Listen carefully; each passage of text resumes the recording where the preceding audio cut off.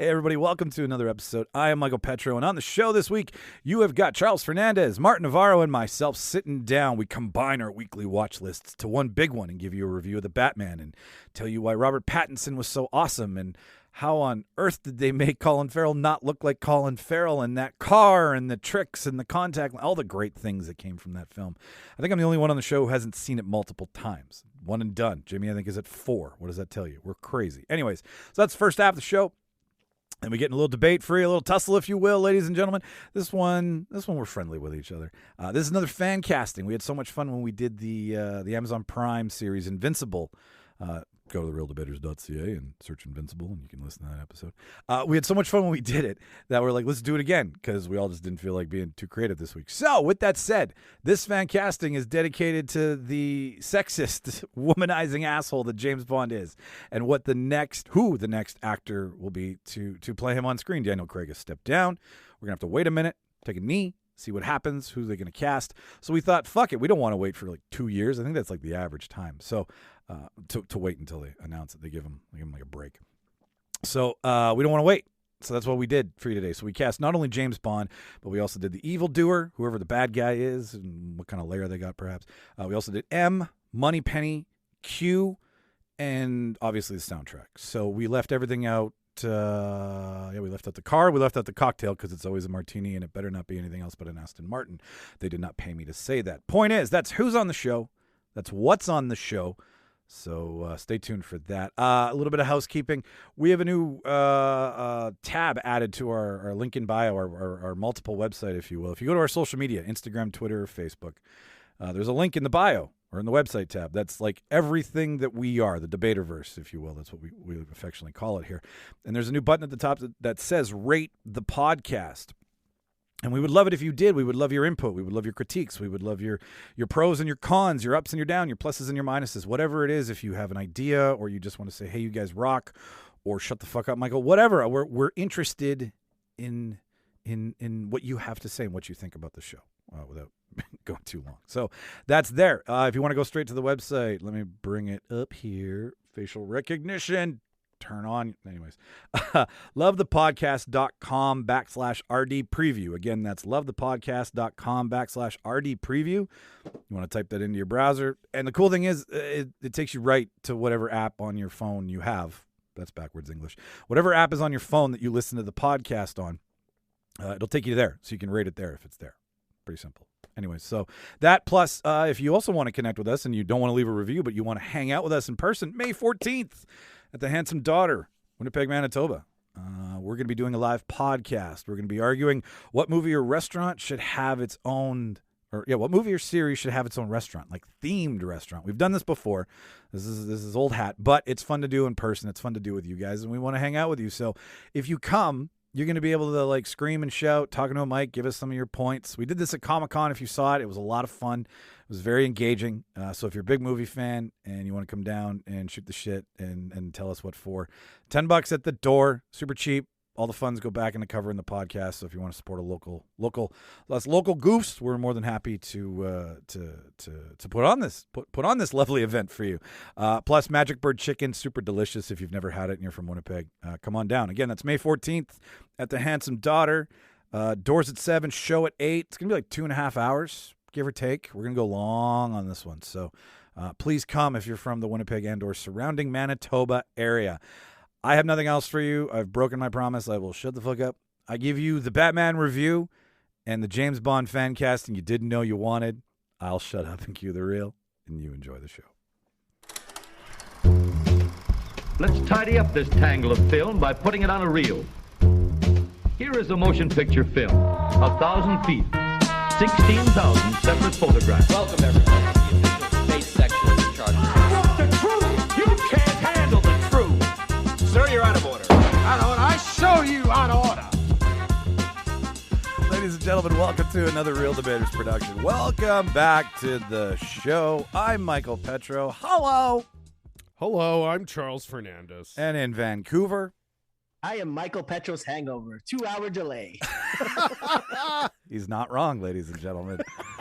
So yeah, last night, I'll preface the whole episode by saying I'm probably on a delay.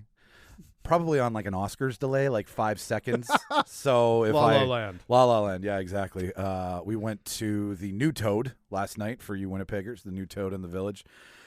And do you know what that new place is across the street, Charles? It's the Old Toad, because we went there too. It's run by the Poutine Isn't King it called guy. like Osborne something? Like Osborne Village House or something. Yeah. We went there for a minute, man. So that's the Old Toad. That's the Old Toad. Yeah. Yeah. It's So we- nice in Is there. it a beer house now? Yeah. It is, like a and it's beer nice. place? I like how they did the redesign in there. It's nice. They put up a wall. yeah. It's very there's like 47 TVs in there. Yeah, it's very sports bar-ish more than I thought. But then they have a stage, and there was Yeah. a band there last night. Yeah. So we finished that off, and then How was it in Osborne on Saturday? Like, is it busy? Was it crazy packed? With It's- the new restrictions lifting and stuff. well, okay, so everything got demasked on Tuesday, and I just said to Aaron, I was like, yeah, let's just go. Like now, later, we're gonna catch it. Fucking let's just go. Yeah. So we went out, ran into a bunch of people. Ran into Raj. Raj was there. Mike Wolf was there. Kinsey, Raj's girlfriend, was there. A guy named Chris I met for the first time. So it was like we were around people we knew. Yeah. So it was fine That's spitting nice. in each other's faces for an hour, right? Like, What was it like packed? Was Yeah. Osborne like crazy busy like it was back in the day? okay, there was people standing outside in front of places, smoking, kids running around. lines. Like it had a semblance of 2 years ago. Wow. So things The are most kind of normalcy we've seen. yeah. And so I went out. I got hungover. We went out just to go get pizza after. We went to Little Pizza Heaven. But Gotta like get them slices.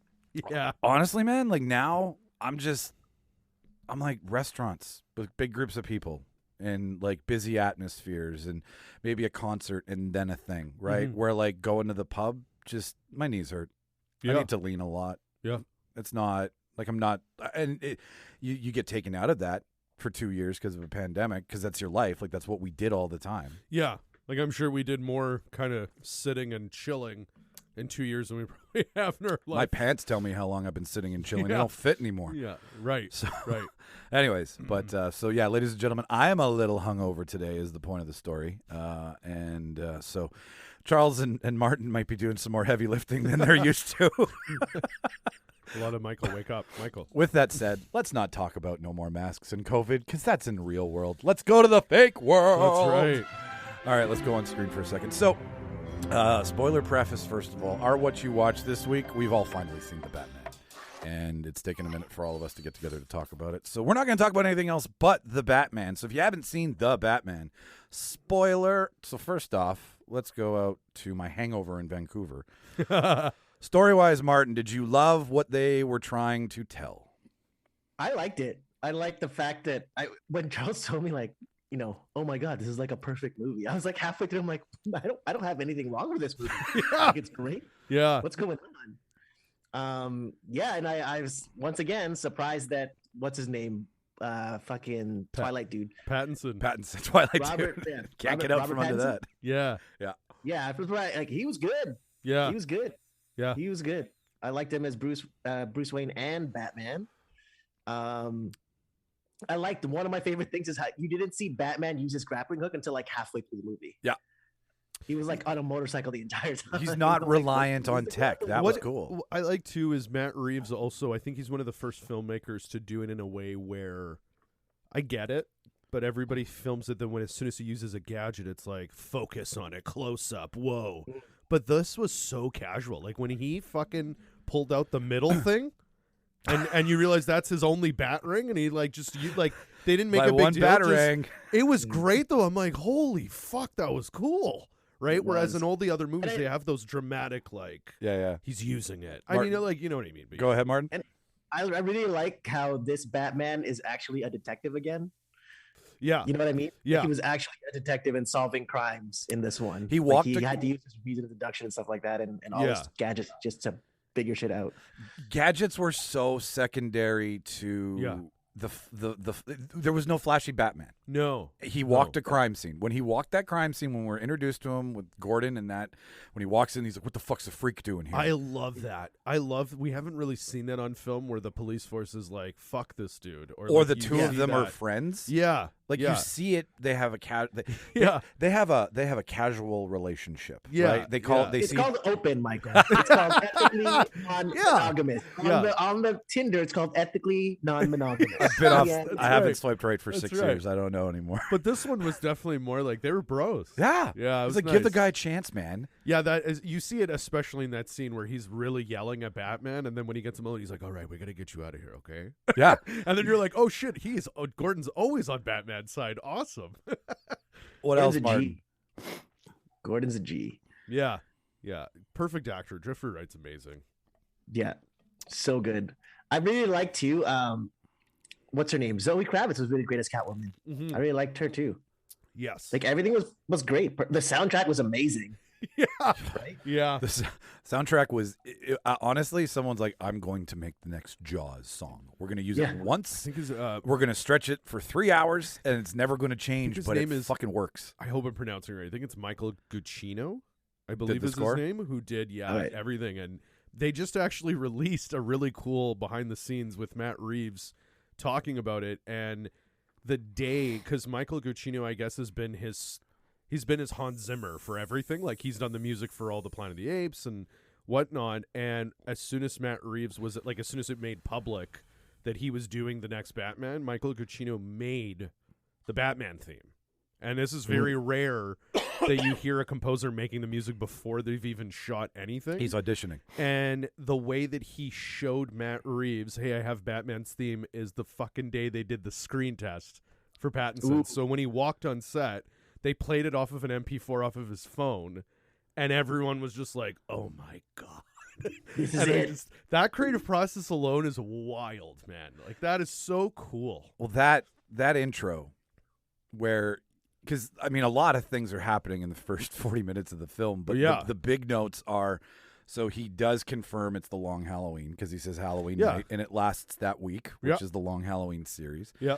There's 3 crimes happening, and you and him narrating about Yeah. where I need to be, how I need to do this, while at the same time not knowing what crime is going to see Batman was Yeah. so fucking awesome. Yeah. And then he just walks out of the shadows and his feet to the beat. Yeah. And then I'm like, it's on like Donkey Kong Oh, right yeah. now. Now, Jimmy leaned over and said to me that the one gang member with the half face, Yeah. who's auditioning, like he's being jumped in, so he's Yeah. got to and- attack and the Batman. scaredest one, like the one that's the most nervous.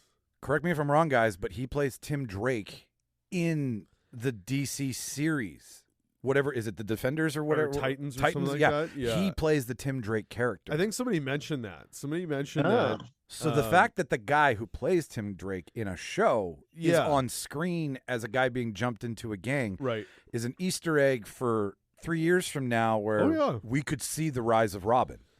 See, and this is like, I've never been the biggest, like, I'll be honest, I guess I loved watching Adam West Batman growing up because YTV used to actually play reruns. Batman of it 66. after- it was the shit. That Robin Batman dynamic was great, but now with the memes of him slapping him and all that shit, it's just more comical, right? But Chris O'Donnell was our only other Batman, and that whole thing was insane. So I've never really been into the idea of Robin, but I feel like if anybody could make Robin fucking wicked, it'd be this universe. In right? the cartoons, he's actually really good. The He is, Robins yes. in And the whole story, I do love the comic book story of Red Hood and Nightwing and that, like, you know, that whole thing in, like, Death in the Family. But I guess live action wise, they've just never done it. Have you watched yet. Titans? I haven't yet. I hear it's actually Titans pretty is good. actually really good. Yeah, yeah. And I saw Yeah. the Nightwing suit and I saw an actual action scene in Nightwing and it was awesome. It was right Yeah. out of the comic book. It looked good. I will say, Warner Brothers seems a little bit more ambitious with their DC shows, almost more so than their movies. That's what now. I was saying too. Like if Yeah. you were disappointed with the movies, the cartoons and the TV shows are actually pretty decent Yeah, in terms of quality and commitment. yeah. So I mean that's what I liked about it. Yeah, But if they're doing this with the movies, I'm okay with that now. You know what I mean? totally. I think like what it is I think what you should do is whenever you're bringing in a new generation of Batman, where it's a new creative team and everything, do exactly that. Do something we haven't seen yet. Don't try to mimic anything else, and they definitely did that with this. Like, this was... Batman's always had the slogan "World's Greatest Detective," and this was the first actual movie where they focused that more than anything. Yeah, which was awesome. He even makes a comment. Penguin even says, like, "Are you guys supposed to be like the best detectives?" When they fuck up the Spanish thing, right? Hey, aren't you guys supposed to be like the best detectives? I loved him. I loved it. I can't wait for that show. Dude, it's gonna be great. Did you guys catch the fan shout out of him doing the waddle? The penguin Yes, waddle? the waddle. How fucking funny was that? That was funny. It was one quick shot, right? But you see him waddle a little bit because he's tied up, and I was like, "That's genius. That's great."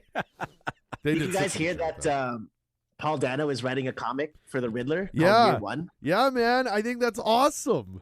I know. I'm super excited about that too. Yeah. I wanna go back to something Martin said about Zoe in that Zoe the Riddler, everybody was the most modern version of all the campiness we've ever seen, which was really neat. It was neat. I heard this. These are not my words, but I will repeat them because they are very smart. Batman has always been a world we've gone into. Yeah. Right? Christopher Nolan gave us this big world of The Dark Knight. That's and right. Tim Burton gave us the campiness from the series, right? That's right. And Joel Schumacher gave us a big dump on my chest. But whatever. Phantom of the Opera. The point is, what I'm saying is that Matt Reeves brought Batman's world into ours. Yeah. And legitimized crime and darkness and weirdos and justified costumes even. Like, I can see myself walking into Gotham and walking the fuck out because I'm not built for the town, but like, I felt that I could be there, and it was real. It was real. Yeah. And that, like, let's just talk about the big, huge David Fincher elephant in the room. That is Seven that we've watched. Batman is Mills, and Wright is Morgan Freeman. I can't remember his detective name. And then Dano is Kevin Spacey, right? Like, it is that story, but it's that story, without a head in the box at the end. Whatever. Like, it's that story in the sense that was a great way to get people who may have not justified going to see this. Yeah. That's a very big on the nose point for Reeves. And now it's making everybody go, oh, Seven and Batman combined? That's not a Batman I know. Like, it's that perfect new take. Yeah, and I Matt Reeves said something really great in an interview, and what he said is the Batman is actually an origin story of Gotham. It's not because that's why they made the definitive line of being like year 2, and they didn't shy away from saying this is year 2. So because we know Batman's established and everything, it's like, how do you, like, I've never seen a movie do a better job, especially with comic book property, of establishing characters the way they did in this movie. It felt like, oh yeah, we know these guys. We know, like, we're you know what I mean? Like, they didn't have the big dramatic origin story scene. No. Yeah, they're falling into the pit of the chemicals, the acne yes, right. You know, like, and need that. Even seeing Bruce, like, the fact that Bruce's parents are in the story, but in a way we've never seen. This campaign, and they're a little corrupt. Right? Like a little bit of corruption, a little bit of like campaign footage. Martha's and, like, a fucking photos. Martha's an Arkham. Yeah, like we never see the, like, but what I love is we never need, like, they did it very much like with Tom Holland's Spider-Man. We know that Uncle Ben died, but we know his parents died, but we don't need a reminder of it. You know what I mean? Yeah. We don't need the pearls, guys. But I like that they didn't do that. Like, even Snyder snuck in, like, you know, like they always try to sneak in, like, remember, Bruce is just tormented with his parents' death. Like, we know. Okay. They didn't have to do it with this, and I liked that. You're coming up on something that's interesting here. Martin, I'll ask you first. We loved Riddler. We loved Zoe as Catwoman. We loved, like, we'll get into a breakdown in costume in a second here. But I think Alfred was disrespected. Yeah, I agree with you. Martin, what do you think? A little bit. I think he got a little bit of a raw deal. But again, a little bit. Hang on. We'll jump around here. So, like, in respect to Pattinson, I like the actor. I liked him. Andy Serkis was great. Oh, Andy Serkis. Serkis, yeah. Yeah. He was amazing. I'm just talking in the sense of, like, A, he wasn't on camera a lot. B, when he was, he got blown up. But C, like, Bruce just was like, you're not my fucking dad. And I'm like, this is Alfred. Like, Reeves, you could have respected Alfred's character a little more. I don't know, Martin. What give me a thought on that. I think, well, I think it goes with the story though of how Bruce was really betrayed and not everything is as it seems, because how we don't really know too much about Bruce's parents in the movies. You just see them as these golden idols to be worshipped, and they were like the saviors of Gotham in their time. But in this one, he kind of, you can feel the betrayal because his parents aren't what the memories were, you know, when he finds out that his parents were a little bit corrupt and the things, they had mental history with his mom, and stuff like that. They weren't the angels, and then he just felt a little bit more betrayed that way. But I wanted a little more interaction with him and Alfred, but I guess that was the fact that we didn't get that because we didn't get that year one interaction. I think that's what the year one interaction was. This is kind of like, in the Dark Knight, where there's Bruce Wayne's going a little over the edge, and you get that tension between Alfred and Bruce in that one. Totally. Yeah, I can see that now. In sense of they're not in the honeymoon phase anymore. Okay. They're superhero. They're kind of in that. All right, we're gonna have our first fight. To both of your points, because this is the first time Batman's younger than any of us. Like, we've always seen Batman as like a role model. This is where Batman's like a little emo bitch. Not that it's a bad thing. It's just he's at that point in his life, right? Well, it's that theme of how important year two really is, right? Mm-hmm. So I agree with you. When the movie was done, I was like, fuck, it was incredible. But I was like everything, let's play devil's advocate a little bit. And I loved I loved his Alfred. But I did not like how Bruce was with him. It was kind of like undermining and rude. But we've seen their good relationship, so we're attached to that. That's right. But also, we're forgetting this is year two Bruce. This is also vengeance. He doesn't even once say Batman in the fucking movie. She even calls him, let's go, vengeance. She even calls him that, right? And the big thing about this movie is that last monologue that Bruce has, that's him becoming Batman. Hope. This whole movie, he's angry. He even tells Alfred, I don't care if I die. What the fuck does that mean? Like, you know what I mean? Because Batman actually does care because he's the protector of Gotham. Well, but if this protector's living on an edge where he's like, I don't care if I die, you're also kind of like, well, then you don't care about Alfred. You don't care about your relationships, right? Okay. And then the end of the movie is him realizing he needs to be fear for evil, but he needs to be hope for Gotham. And that is going to change his relationship with Alfred completely. That is a good point. Okay, I can respect that now, because when I walked out of the theater, I was a little butthurt because I was like, you're beating on an old man. That's not, like, we don't do that in real life. Like, he's your protector now. He's right. He wiped your ass, you bitch. Right. Like, you don't shit where you eat now when you've got nothing left. I can go on for days with allegory and actually, algorithm? No. Point is, I like algorithm. Thanks. Hangover. Hangover alert. There it is. But yeah, okay, he's young, he's angry, he's vengeance. He's not, I'm protecting the city. And then because Alfred's trying to push Bruce to be that. So, okay. All right. Well, it's very much what you said. Like, his relationship with Alfred is Alfred says something and he's like, God, Dad, leave me alone. Oh. But then you have Christian Bale's Alfred, where Alfred's like, he opens the drapes and he's like, bats are nocturnal. And then he's like, but Playboys aren't. Right? But that's a more playful thing, right? But to that point, that's the only other thing I didn't like about this movie. Which? I didn't get enough of Playboy. I wanted Playboy Bruce Wayne to buy something expensive.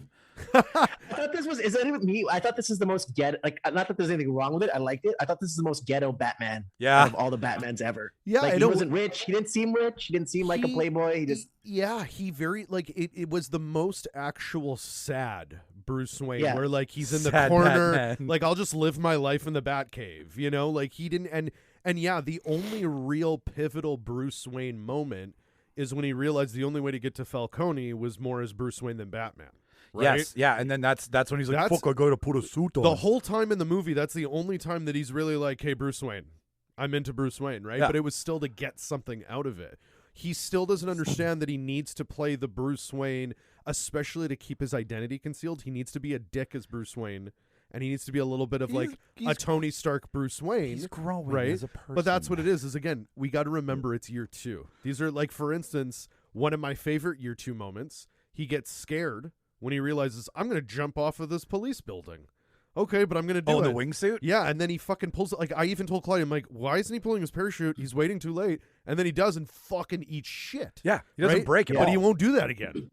That He needed that to scene was happen. brutal. I like groaned. Oh, I dude. groaned through that. Oh man, and I did grabbed Claudia's arm. I'm like, he's got to pull the parachute. What is he doing? And then he gets up and he's just like limping away. I was like, oh, but that's what I mean. Like, this is clumsy Batman. Like in Nolan's, we had that where he leaps from one building to the other. Confident Batman. And he doesn't have the cape or anything. Remember, and he eats shit hitting the fire escape. That's right. And he hurts his arm and everything. But that's like, but this, it was like, again, I love that those little things where you're like year two. And again, we never saw Batman where he jumps off a building and before he does it, he's like, oh, okay, I got to psych myself up. Because he has that moment where he's like, oh, this is going to happen. Okay. Right? Like, we're always seeing Batman where he's like, no hesitation, go. Yeah. Right? Like, right? So it's very cool. Big dick energy. Yeah, very much. He had a mild dick energy in that one. Yeah. That police station scene is one of my favorites because, again, when he wakes up, love the idea that the police don't like him. And it makes sense that they wouldn't. Yeah. Right? He's kind of making them look cutting bad. in on their cheese. So I love that shit scene done. where he's all like, basically like, back up, motherfuckers, we'll do this. I'll kill every one of you. That was cool. A desperate Batman is cool. I like it. Let's move for a second here. We'll start with you. Costuming, tech, and world design, like by comparison, nowhere near. Like, I mean, Nolan shot on an IMAX cam. Reeves didn't. So let's just give that there's no breathing. Can we just let's just start with what everyone's thinking, the green bastard suit. Okay, yeah. But what we've been given for years is Riddler. I mean, as an actual. No, I liked it. Yeah. I actually liked it. It makes sense when you think about it, like leaving no trace of DNA of everything. Like, that's the way to go. That was really interesting. Yeah. And the tape. I've never thought the sound of tape and the look of tape could be so menacing the way he did it. Can we just talk about like that first scene that you introduced to Riddler? Like, that was terrifying. I was legit scared. When he's just standing there and you just see his face. Yeah, man. And what a way to be like, hey, welcome to this Gotham. Yeah. Right? I was like, what is going on? It looked like it reminded me kind of like a slasher movie. Yeah. You know? Totally. Yeah. Totally. Like an 80s slasher. Well, because there's that one part where when you do finally see him behind and the mayor still doesn't know, you just hear his breathing and you're like, fuck, this is like, total slasher. Did you guys, there's this person that I listen to that has smart things to say. His name's Kevin Smith. Maybe you've heard of him. Yeah. But Mark Bernardin on Fat Man Beyond mentioned that essentially Batman and Riddler are the same throughout the movie until Riddler says, hey, let's team up. Right? Yeah. If you look at their introductions, just like me. right? You're just like me. We're not friends. What? We're not. But You're my best friend. You see the Riddler as menacing as possible. You see Batman as menacing as possible, but you don't look at it until the very end when Riddler's like, we've been the same, and then you backtrack Batman and Riddler's journey as characters through this. They're identical. One of them finally realizes, Batman, that he needs to be a protector of Gotham, but he could have easily gone down the same route as Riddler and just let his emotions get the better of him. Well, that's what he was when he was vengeance, right? Yeah, which is interesting because you're always given like both of these characters hate each other and they have nothing in common, and that's what their conflict is based on. They have everything in common. They've been forgotten. Society has rejected them. They feel alone. They have bad mental health. They have nobody to comfort them. Like, all of those things they would bond on, and that's what the Riddler saw. Yeah. But that is not what Batman saw. Yeah. I mean, well, and I think that's the big thing with, kind of the big central theme with Batman since his first comic book is, like, the argument can even be made, I know Joker makes the argument that the reason why these guys all exist is because of Batman. Like, Batman brings it out, right? That's true. He doesn't. That's the argument, too, is that... Spoiler alert, the Joker is in it. Yeah, that was... Is he? It was unexpected. That was unexpected, man. Barry Keoghan. But you know what's smart about that, too, is the way that they shot it. If they want to cast somebody else, they could. Yes. Right? Which is smart, because... He's the Banksy of the Jokers. Yeah, he kind of is. He kind of is. But yeah, I think the argument is like, Riddler, and that's how Riddler saw it, too. Riddler saw it as a partnership. Yeah. Riddler again was like, I identify as you. I've been waiting for you my entire That's life. right. That's right. And Well, now even you're Joker rejecting says that me. a bunch of times in the comics and in other series and cartoons. He's like, "We're gonna do this dance forever. Yeah. That's why you'll never kill me." Yeah, and Joker shoots Tim Portugal. Drake when Tim Drake's about to tell him who Batman is, and he shoots him before because he never wants to know who Batman is. He just wants to make sure Batman stays alive so he can keep doing it. That's it. Joker's obsessed with the hero versus villain. That's what he wants, and he wants to do it forever. He just wants to watch the And world burn. you know what it is too, is he wants to be the one that makes Batman kill. He's obsessed with the fact. That was the killing joke. That was the killing joke. The killing joke even ends where does he kill him? Doesn't kill him? Right. Martin, Batman costuming. Did you like the outfit? Like I said, it was the most ghetto Batman I've seen, but I was okay with it. You know, like he could pack his. It seemed like he could pack his suit in his backpack. Was I wrong with that? Like he was on the motorcycle everywhere, but then like all of a sudden, I'm Batman now. Yeah, yeah. It's like I hear this guy with his suit everywhere in the city. I don't know. He's probably like, I hear this other guy changes in phone booths. Maybe I should be more portable. But he had it all in his backpack, right? Was that me? It's like the suit was very portable. Well, because I guess that's why. Because I was even wondering myself. I'm like, even that scene where he's half-suited Batman and he has the backpack on in Penguin's Club. I'm assuming the backpack is the rest of his uniform. It has to be. Yeah. But just like it's like a Peter Parker Batman. The first time seeing it bulletproof was cool. Like he like, and the fight sequences. It's on the top of my brain. I got to mention the incredible, fact that, like Reeves must have just played Arkham Asylum. Because this is the first time we've seen the ninja maneuverability since Batman Begins, where he goes and trains, and you're like, okay, he's got a background in a ninja. Yeah. But how he moves and has the ability to take 30 on one at the same time, and the constant motion was right out of Arkham Asylum. Like, I felt like if I picked up a controller, I would get like a 37 times combo just for watching the film. That was like the reason why I love, up until this Batman, I loved it. I personally still love Affleck's Batman because it reminded me very much of Dark Knight Returns. He had the movement. When he punches you, you're not dead, but you're fucked. You're not getting up.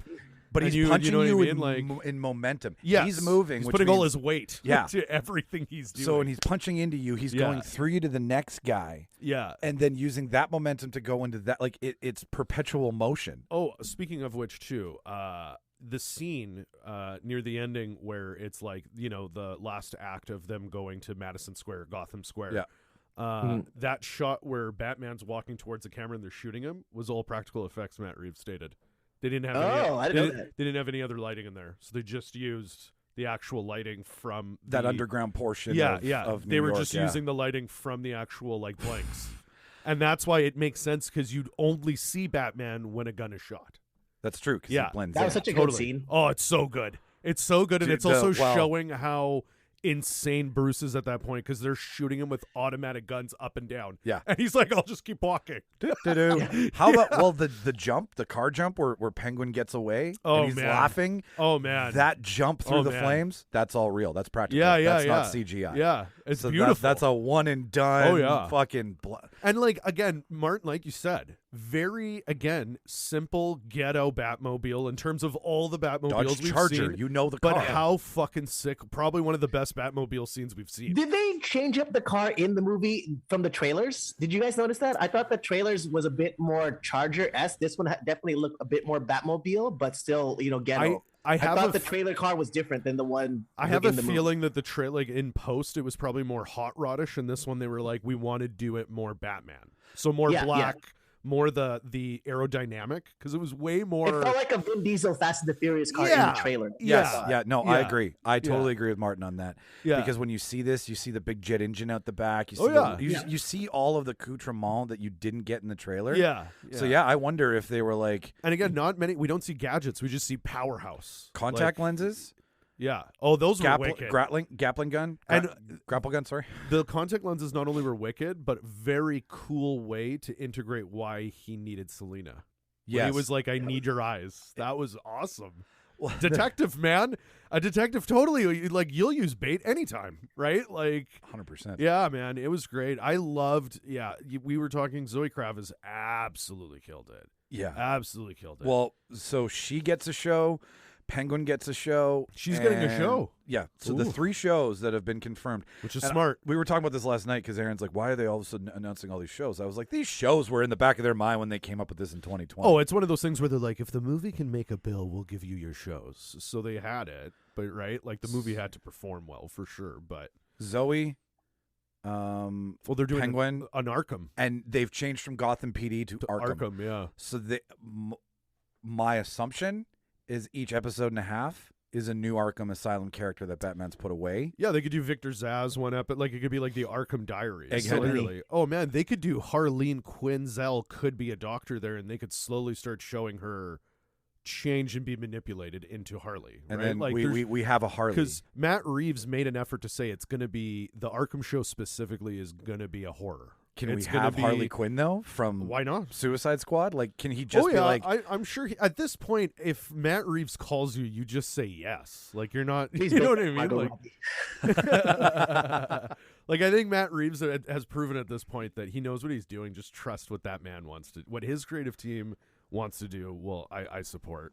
Penguin makeup? Unbelievable. Yeah, Right? you know how You many couldn't even people? tell. You couldn't even tell that was Colin Farrell. My buddy Neil messaged me, one of my oldest friends, and he's like, "Dude, I'm not gonna lie, I did not know because he doesn't watch trailers, he doesn't like watch Good for like him. I get he it. doesn't look at like pop culture news the way we kind of do. Yeah. So he didn't know anything. He didn't see any trailers. He's just like, I knew it was gonna be good because it's Batman. And he messaged me, and he was like, my jaw dropped when it said Colin Farrell. He had no idea. Welcome to the party, buddy. Oh man. And what a great compliment for Colin Farrell, right? Like that's the ultimate compliment right there is being said. Like, I didn't know it was him. Oh, he was awesome. I watched him on Hot He's Ones. great. Yeah. And he's just talking about just how freeing it is to let it all go when you're Yeah. hiding. Like, nobody knows, right? Yeah. Like, us diehards know, but like your buddy didn't know. Yeah. So the general consensus is no one's being like, Colin Farrell's the Penguin. So that's a lovely surprise. And I love their direction with Penguin. Again, a Penguin we haven't seen, but it's still very much the source material. It's Oswald Cobblepot. Yeah. Yeah. But He's a now crime lord. Mhm. they should give it the Boba Fett treatment. The before Well, and I mean, then and now, then and now, then and now, then and now. What I literally heard is the opening of Penguin's show is the last shot of Falcone being like, "Oh, you think you're going to take over now? Just because I'm going to prison," and then him getting shot, and then it follows Penguin going home that night because Penguin's Oh. basically in charge. He was the second in command. Oh boy. So now it's Penguin. And remember that last shot of Penguin? He's like looking out the skyline, and he doesn't look happy. He looks kind of like fuck. You know what I mean? Like Responsibility. So I think it's gonna go right because they said they wanted it to pick up right when the movie. That's why they were also waiting to announce these shows because these shows could kind of be a little bit of spoilers. Like if they announced a Penguin show before the movie, then you definitely know Penguin lives. Let's say. Oh, Right, yeah, like stuff okay. like that, Yeah. stuff I like get it. that, right? So, another thing I have to say that I love that this movie did, and it shows that they care. Did not kill off the villains. Yep. No, they didn't. I love it because again, if I were Reeves, I'd be building up to the Arkham Assault. He's locking up all his fucking OG In one villains place. in one place, and who's there to orchestrate a breakout? The Joker. Yeah, man. Yeah. It's a great story, and he's already just planting these seeds very like remember like Riddler literally ends his last riddle with or no, Joker gives him one last riddle with the answer friend. Right? Mhm. Like, come on. Like This is the most close I think they've ever gotten to the comics. totally. I think everything has been inspired. We had Frank Miller's inspiration. Yeah. We had Batman 66 is what inspired Batman on screen the first time. It wasn't like we had a bunch of comic books that they were really pulling. Like, he didn't pull from comic books. He made a campy version of origin stories for two characters, right? Yes. And Yes. it was enjoyable, but this is the first time where comic book fans can look at can look at a film and be like, oh wow, and multiple Hush, Long Halloween, The Killing Joke, Year One, Year Two. And Like there's like 7 series wrapped in this. They can also have the confidence to invest in these dark storylines that aren't like, what about the toys for the kids? You know what I mean? Because like that's always the bullshit that holds them back from doing really dark storylines. Is like, but the kids, like, how do we make toys? You know what I mean? Like, you make toys and then like you get McFarlane to make the toys and then adults buy them. Yeah. Like, you know what I mean? Who has more money? Who has the money? You're not going to get a kid spending $300 on a statue of Batman. I will. Like, I've seen you do it. Yeah, right. Like, what I love too about even Catwoman is the simplicity of the suits, as we were saying. The most ghetto is, again, they're so smart, is the justification of upgrades in the next movies. Yeah. Like, they do leave it. They leave so it's much brilliant. room. Because even this Batmobile, like, it reminded me a lot of Adam West's Batmobile. Because Adam West's Batmobile was basically like a hot rod, right? It wasn't like a tank. It didn't have a Gatling gun on it. It didn't have it had scanners like, oh, I can put his DNA in the car, and the car will tell me where he is. Right? Yeah, it had like, oil slick. Yeah, right. It had oil slick and like a little bullet window, like a Bond car, right? So it reminded me a little bit of that. But even like the second movie can open up where, and like what I like too is it doesn't seem like he has a Lucius Fox. It seems like Alfred and him are the R&D team, basically. Yeah, right? yeah. And I want it to stay like that. Nothing against Lucius, but I like it when Bruce is more... If he's wearing the fucking suit, he should be the one designing it, right? Like, he should be the one kind of assisting with building it. Well, and watching those grow, and then if he tags up with Catwoman, he'll probably advance her suits. That's what I'm saying. You know what I right? mean? And then have watching him build his life. Yeah, is more fun than watching a Lucius Fox. Because that's just the rich playboy getting his toys, where this is watching a character earn it. Yeah, and what I love is they can open up the next movie where he significantly has a different suit, and it's like, right, because we're in year 3, let's say. Yeah, you know what I mean? Like, and year 3. I need something better to fly off buildings with. Yeah, or like, hey man, this guy shotgunned me, and if it wasn't for adrenaline, I would have been fucked. What should I do about that? Speaking of should adrenaline, I move faster? Should I like? Did you, Martin? Have you been reading online what the green stuff was? Yeah. So what is the green stuff? No, I didn't. The green stuff, they're alluding to being Venom from the Poison Ivy, Dr. Freeze Batman, where they made Bane for the first time for us. And like I looked at Claudia and I was like, hey, Matt Reeves doing Bane. I'm trying to get into his brain with the world he created. I'm like, what if Bane was a scary fucking junkie that he injects himself with this shit, doesn't feel pain, and goes like roid rage? So it's not necessarily The Rock, but he has the mind mentality of The Rock. So imagine even shooting at this guy and he's not going down and he's running at you. Yeah, he's just and he's just a fucking House. And it's like, called PCP, baby. Yeah, there you go, right? Yeah, smelling salts. Bane, but like it could still work. They just need to find the guy from Florida. Florida man can audition. He's Bane. He's Bane. Bane is from Florida. Oh my god, that's great. That's great.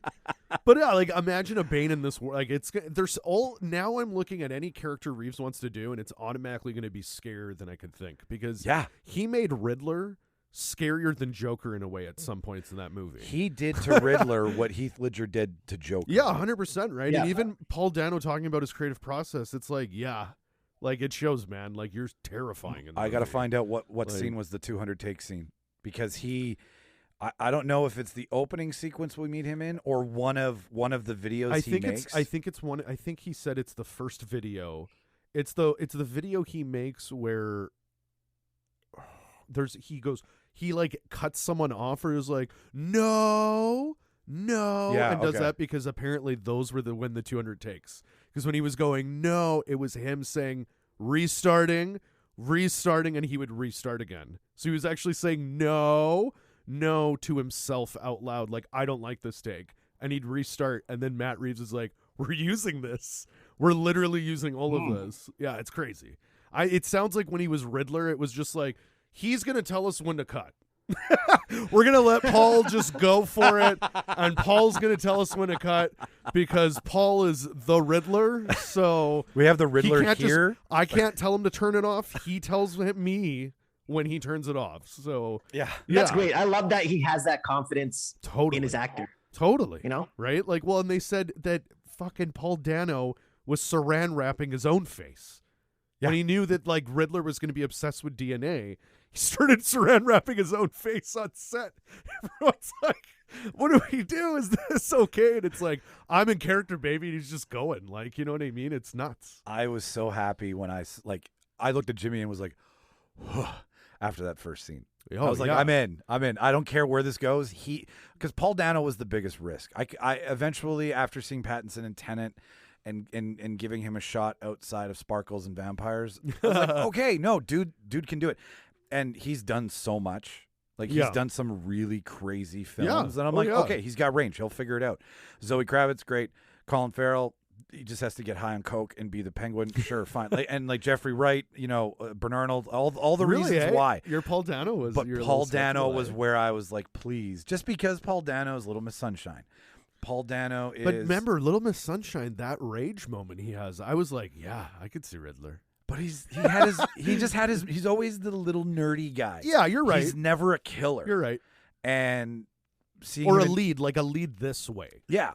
Yeah. You don't. Who didn't love Ruby Sparks? That's what I'm saying. I was just going to say Ruby Sparks is and like in Prisoners, amazing performance, but again, his performance is like mental. Like he's being beat up. He's never beat up. He's the weak. He's like never the dominant. He's never the alpha. No. And that's where I was like, okay, people will criticize the shit out of him. If they see a weak character. Of course, his mind makes up for his lack of strength. But that's what Riddler's thing always was: is that Riddler isn't like.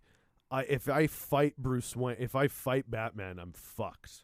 But I'll never allow that to happen, and he'll never get a chance because that's not the game he plays. It's a mind. He plays like 10 steps ahead, like that's chess. exactly it. Yeah. And I believe Riddler is still the only one that knows Bruce Wayne. Like that was his big ultimate. That's the way he kept manipulating Batman to do his riddles and to play his games. Was if he didn't, he would reveal he's Bruce Wayne. And that's way more power than totally anybody in a bat suit can. That's why, like harness. in this movie, man, when the interrogation's happening, you see Batman look at the fucking camera recording, but then it's like he has that moment of like, but again, he doesn't care. I'm vengeance, so he just doesn't care. But now he's going to. Now, see, that's why I'm saying like his character development is going to be wild now. He's going to understand the importance of Bruce Wayne and Batman. Okay, right. We're approaching segment 2 here. So final thoughts, Martin. Rate it. How many ghetto Batmans? Before I give my rating, I just want to give a shout out to John Turturro. Yeah. As Falcone. Yes. He was awesome. Sorry, we didn't talk about him at all this one, but I want to give a shout out. Also, too, I just wanted to touch up one more thing on, I guess, costumes. Okay. This is the first superhero movie where I didn't see any. I don't really think I saw any really bright colors.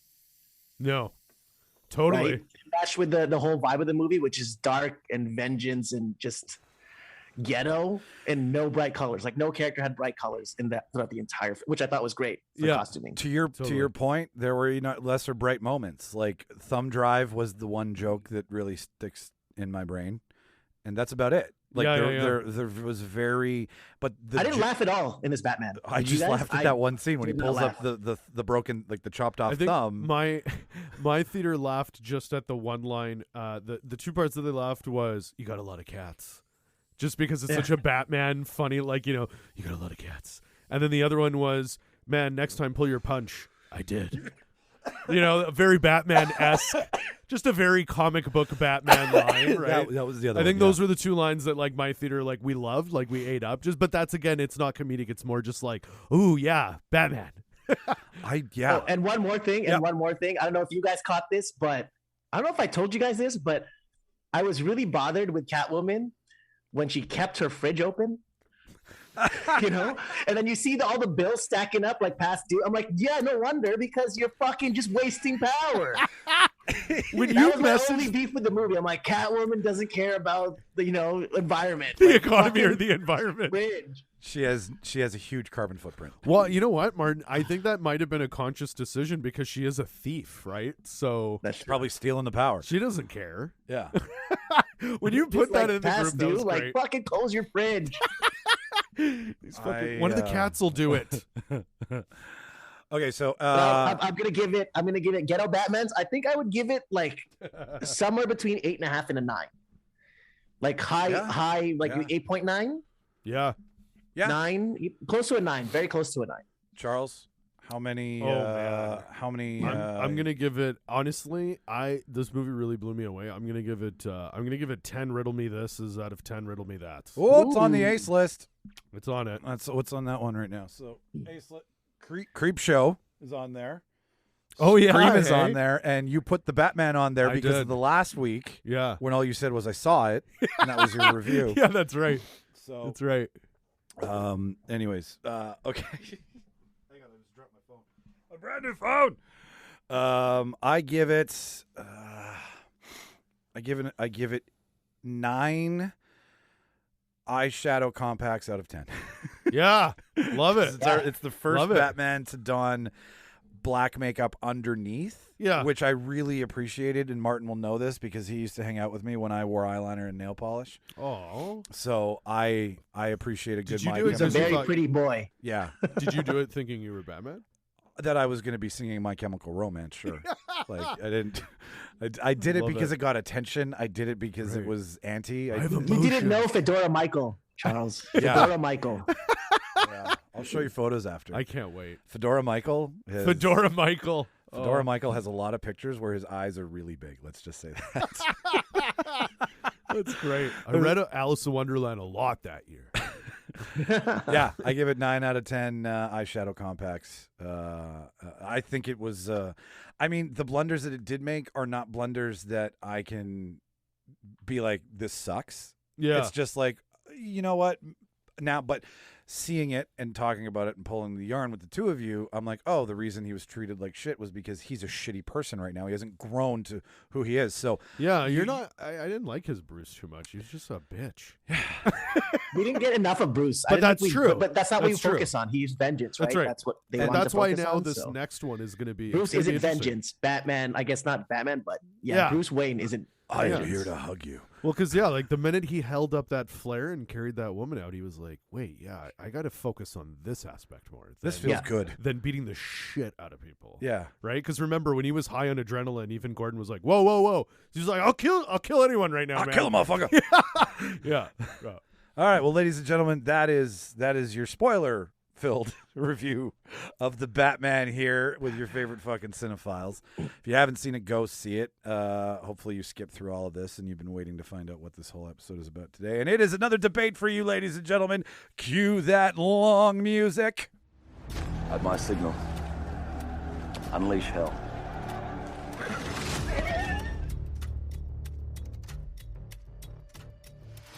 Push it. Don't push it. I'll give you a war you won't believe. Goldstein, give me a fat beat to beat my buddy's ass.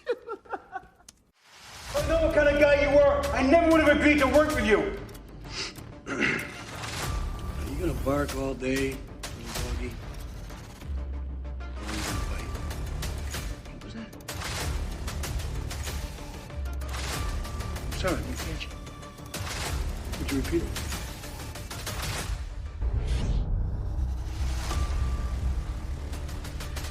Before we get started, does anyone want to get out? What we're going to talk about this week, actually, is James fucking Bond.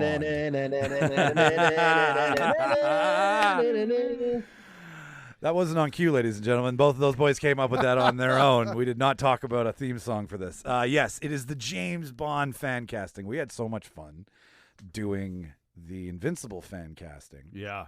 That this time around, we're going to be the people who figure out who the entire cast is going to be, not just James Bond, because there are some people that assist in James Bond's worlds. Yes. Whatever that means. So just like last time, if you heard it, it's very simple. We're going to start with the director. Then we're going to go through the studio. Then we're going to soundtrack this. And then lastly, because it was funny that way, we're going to cast who should be in these roles and see what the fuck we come up with at the end. If you listen to the last one, it was very heavy Wes Anderson, wasn't it, Martin? Yes, it was. It's gonna be some. I'm hoping it's gonna be something silly today with my pick. So. Yeah, like there is the obvious way to do this and go hard in the paint and be like, we need to cast the perfect movie. Or there's our way, which is way more entertaining and fun. Yeah. And who knows, we might come up with a fucking masterpiece or it might be another shit show. We have no idea.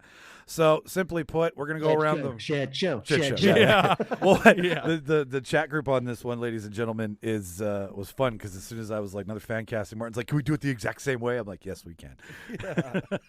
Oh man, when you find your recipe, you just hang on. Yeah, to it, right? Shauna's not a recipe person in the house. Whenever she makes something delicious, she never writes it down. So really, eh? I feel that I'm the yin and the yang. Yeah. I'm like, oh, we have a good idea.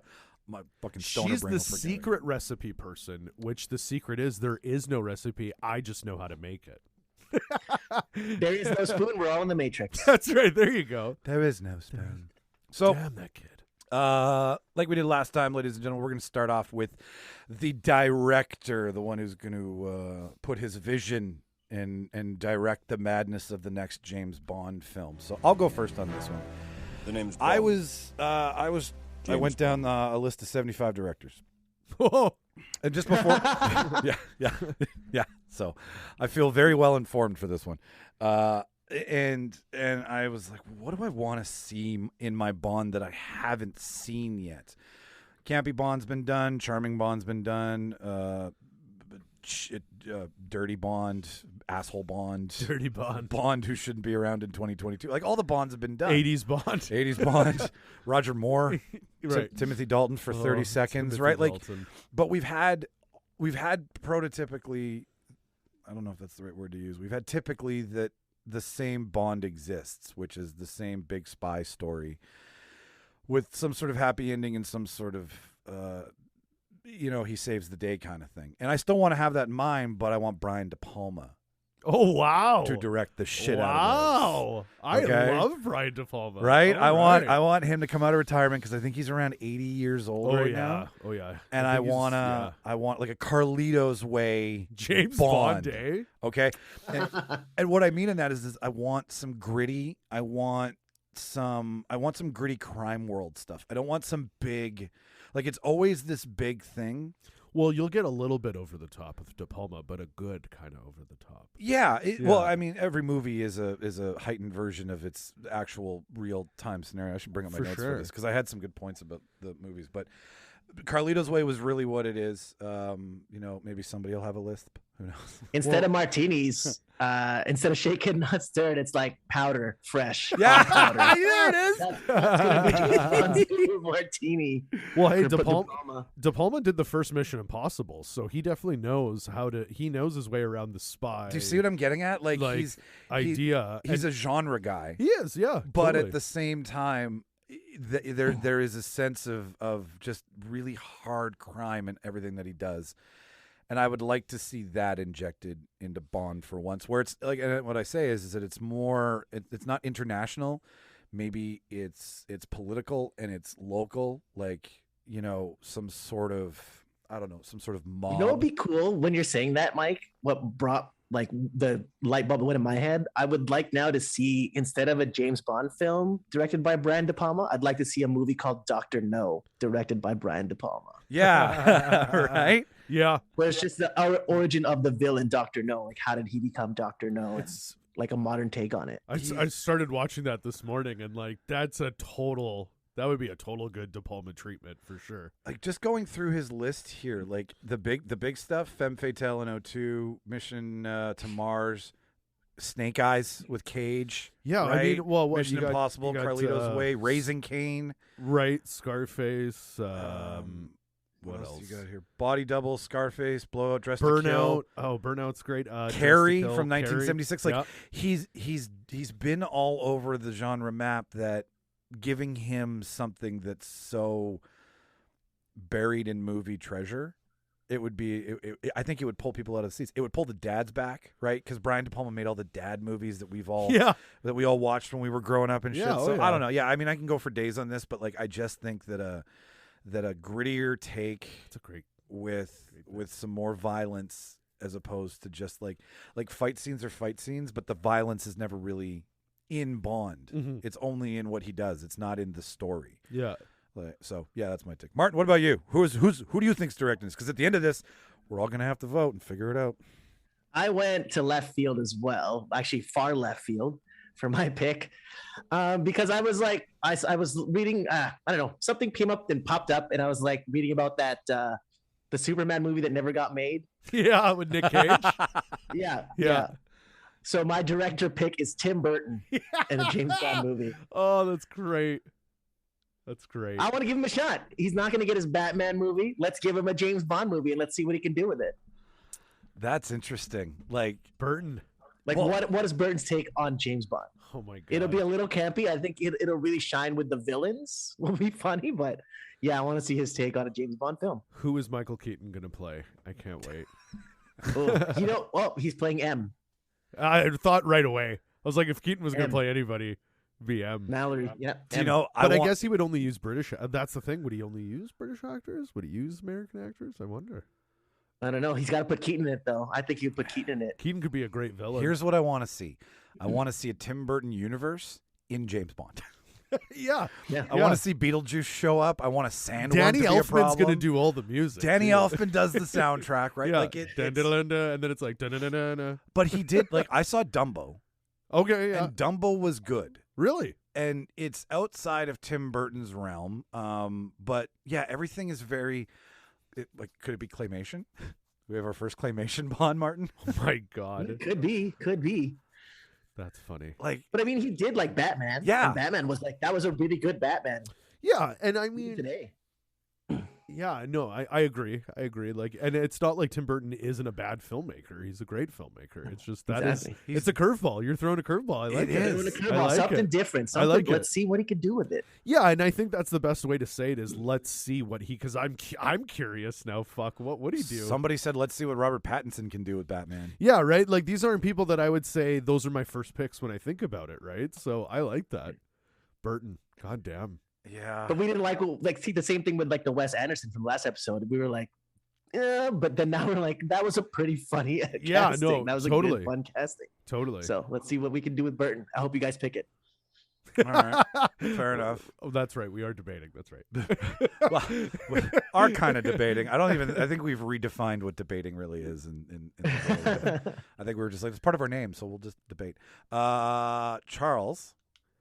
Man, this one was tough, and you guys have great picks. The one that what I had a tough time with this was part of me was like, fuck, I want to go wild card. Pick things that I'd be like, let's get the craziest, weirdest version of James Bond. But then I put on Dr. No this morning, and then I'm like, man, I love classic James Bond. So I went into the mindset of like, what if I actually was the guy at a studio? This got thrown in my desk, and I got to make these decisions, right? Oh, you're an executive. So I'm thinking in that mindset. Boy. So director, I had a hard time. I narrowed it to two, and the one that I'm leaning more on now is I went with. Is it Orson Welles? Digitally bring him back. Get into his brain. Give me a 4-dimensional. I went with John Watts. Oh, and it's funny that you guys mentioned. You mentioned a little bit more of like a darker. The reason why, yes, obviously he's done the latest Spider-Mans, but before that he did Cop Car, and it's a real cool, gritty. I've never seen it. Oh man, it's great. It's a great Kevin Bacon bad guy. Really? What more do you need? He plays a corrupt cop. You don't need to know any more than that. But yeah, long story short, premise in the movie is these two kids are fucking around. They find an abandoned cop car. They get in it, go for a joyride, and it's Kevin Bacon's cop car. And then from there, you find it gets crazier. But anyways, that's fun. Well, this is the movie that got him Spider-Man. But anyways, like that movie's great, and what he's done with Spider-Man, he knows clearly how to handle scale and budget and big names, and he knows how to be secretive, and he's kind of like still kind of a newish filmmaker. Like people know him more. When you say Spider-Man, it's like, oh yes. But if you say John Watts, people don't. It's not a name that necessarily stands out. Until you said Spider-Man, I was searching the dark recesses of my mind. Right, and I like that idea. I also like really what Martin said was what would he do with it? That's literally the approach with everything. So I was like, I would love to see what he would kind of do with it.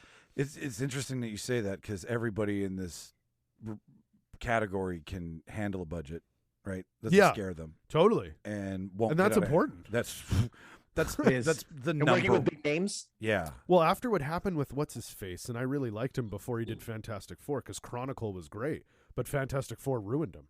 Remember that? I can't remember his name, but it broke him. Like he was an asshole. He got fired. And he made a piece of shit movie. Well, and it's yeah, And it's because he couldn't take a studio. He went from being an indie when you're an indie, you're really in charge. Yeah. And a studio, you're not. A studio, At they least go, not Fox. They've asked you what you can do. You've told them what you can do, and then when Yeah. it's time to do what you said you could do, and you're not doing it, Yeah. that studio can be a big bully. That's what I mean, right? And it broke him. Like I was reading stories, like he had mental breakdowns on set, and it was bad. Wow. So, but anyways, like I agree. I think it's important that you pick filmmakers that know how to handle that stress and that the weight of a legacy of a franchise like this, right? Like that's the other thing is Yeah. you don't want to Last Jedi it. Yeah, yeah. What have I told you about Ryan Johnson? He's not allowed in this room. That's why I just say Last Jedi. You fucking eluding bastard. Okay, so ladies and gentlemen, we will rehash this quickly here. So we have a Brian De Palma, we have a gritty Carlitos, more money, more fucking pussy, more power kind of way. We have a Tim Burton where someone will come out with scissors for hands at some point, I imagine, and grab their crotch and say, Beetlegeist. That's gonna be the villain, the Scissor Man. Edward yeah. Scissorhands. Johnny You see what I Depp coming mean? back as the Scissor villain. Man. Scissor, Edward Scissorhands. I cut his hands off. Give me your best Sean Connery saying Edward Scissorhands. Come on, Martin. Edward Scissorhands. There it is. there you Too go. south. I don't know Yeah. if that was that. I can't. No, hey, that was good. I Yes, got it. Mr. Scissorhands. Edward Scissorhands. Yeah. Penis mightier. Famous titty. Anal bum cover. Anal bum cover. Yeah, that one's great. It's great. And Spent then half of my life trying to invent one. not doing so was my greatest regret.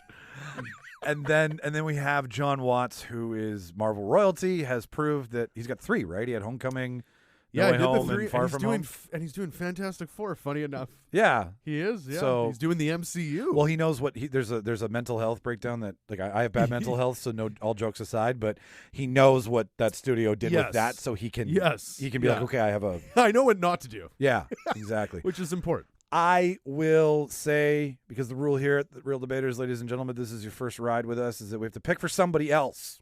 So I will say, I want to see Tim Burton do it. I would go see that.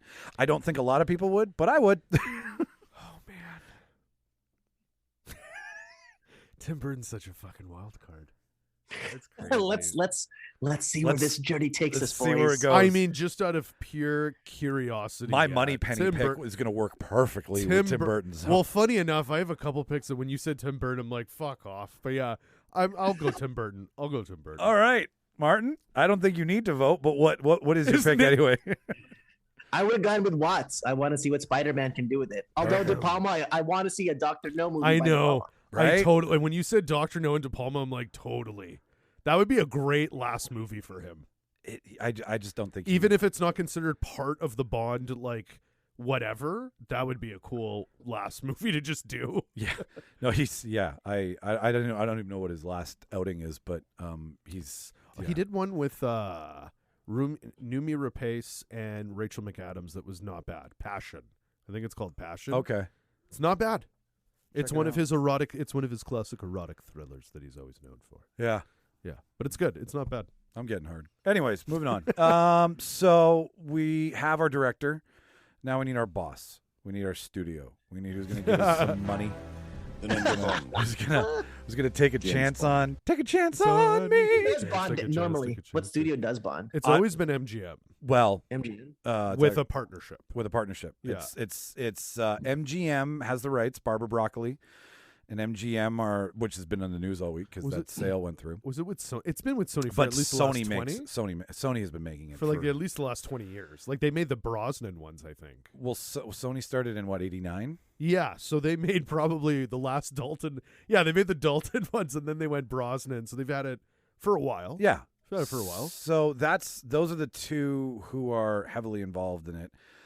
So for reality's sake, we obviously can't get rid of MGM. Even Amazon can't do that. They're going to keep everybody on, apparently. That was part of the deal. Which good for MGM.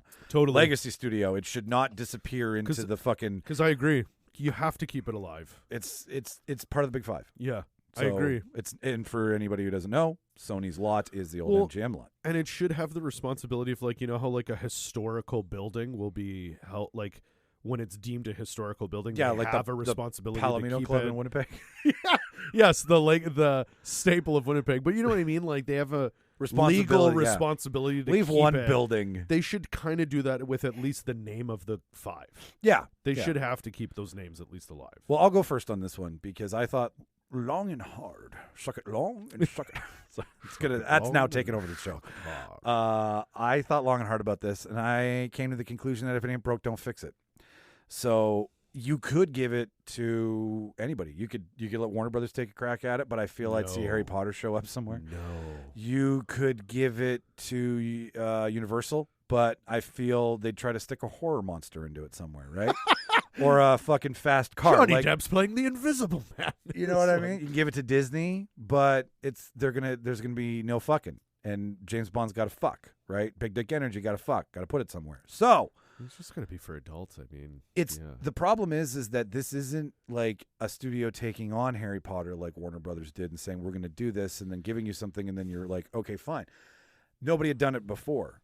We've got too much of a track record with Bond to just go, could anybody do this? Yeah, like it's a Sony baby, right? Yeah, and if you're gonna do this, you don't throw out the baby with the bathwater, so to speak.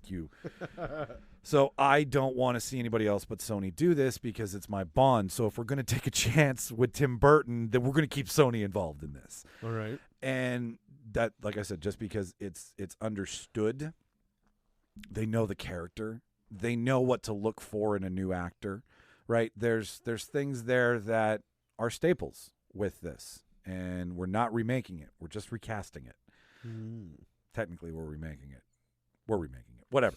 But as I kept talking, I was like, no, we're remaking it. It's a fan casting. Yeah, We're doing our own thing. Yeah. We're making our own movie. So I want the fans. I want you guys. I don't want anybody to come with pitchforks to my front door.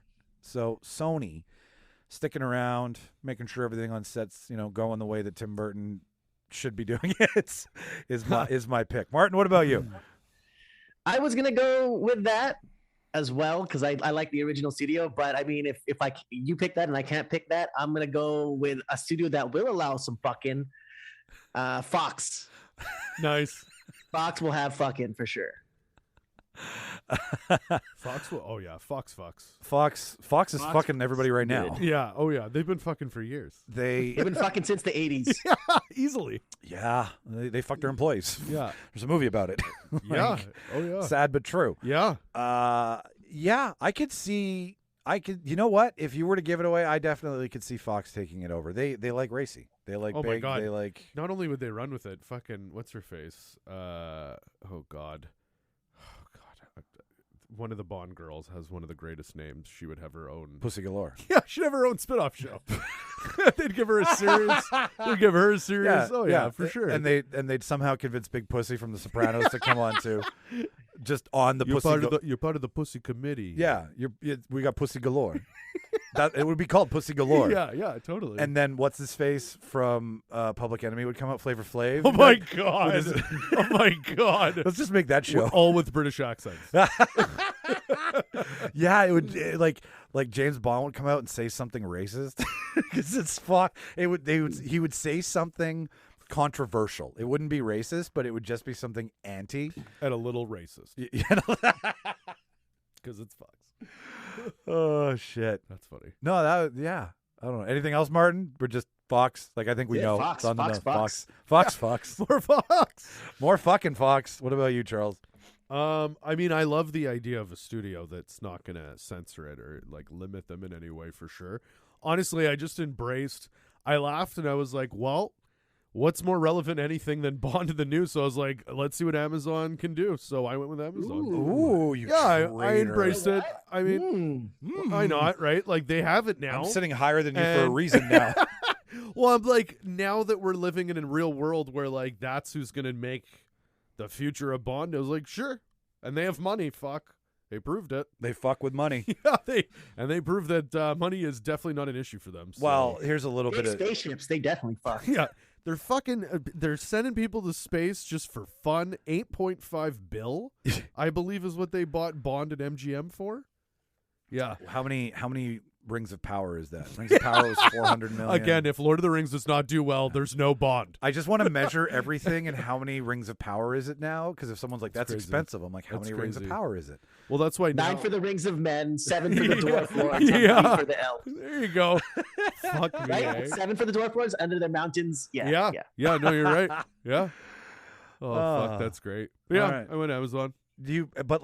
But movies. Like, I don't want any of this TV shit But you know what's bullshit. going to happen. It's movies. But then you can get the spin-offs. You can get the spin-offs No, after. and that's you can get totally the it. Pussy Galore Like, spin-off with Amazon. Totally. Like, Amazon is a great place to do universe building, but I, like it. want Bond movies and go to the theaters. Okay. You can Yeah, put yeah, Amazon yeah. in it. Like, they can say an Amazon movie or whatever, but it goes to theaters for like 3 months, then goes exclusively to Prime. But they can do like MI6 show. They could have a 001 show. Ooh, could it's have a Moneypenny 001. show. Moneypenny, like for sure. And whoever they cast as Bond, if he needs to show up for any reason, I feel like in his contract, it should be that same actor. Kind of like what Star Wars is doing, you know what I mean? Yep. But yeah, like I think why not, you know? And I would love to see more world building. Again, he's a 00 agent of an agency. There are other agents in this world.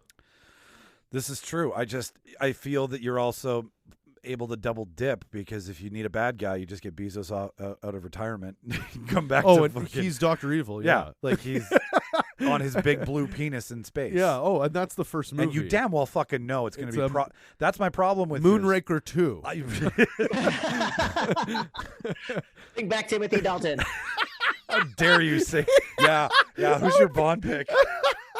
Timothy fucking Dalton. Fuck, that's funny. It would He's be like, funny he's to like the have, senior 007. He comes back as because 007's always been a different person. It would So, be even. Yeah. It would be a cool shout out to even have him come back and he plays a villain. I think that'd be kind of funny. That would be Just very, cool fan service, very right? all That'd the be way kind of around. neat.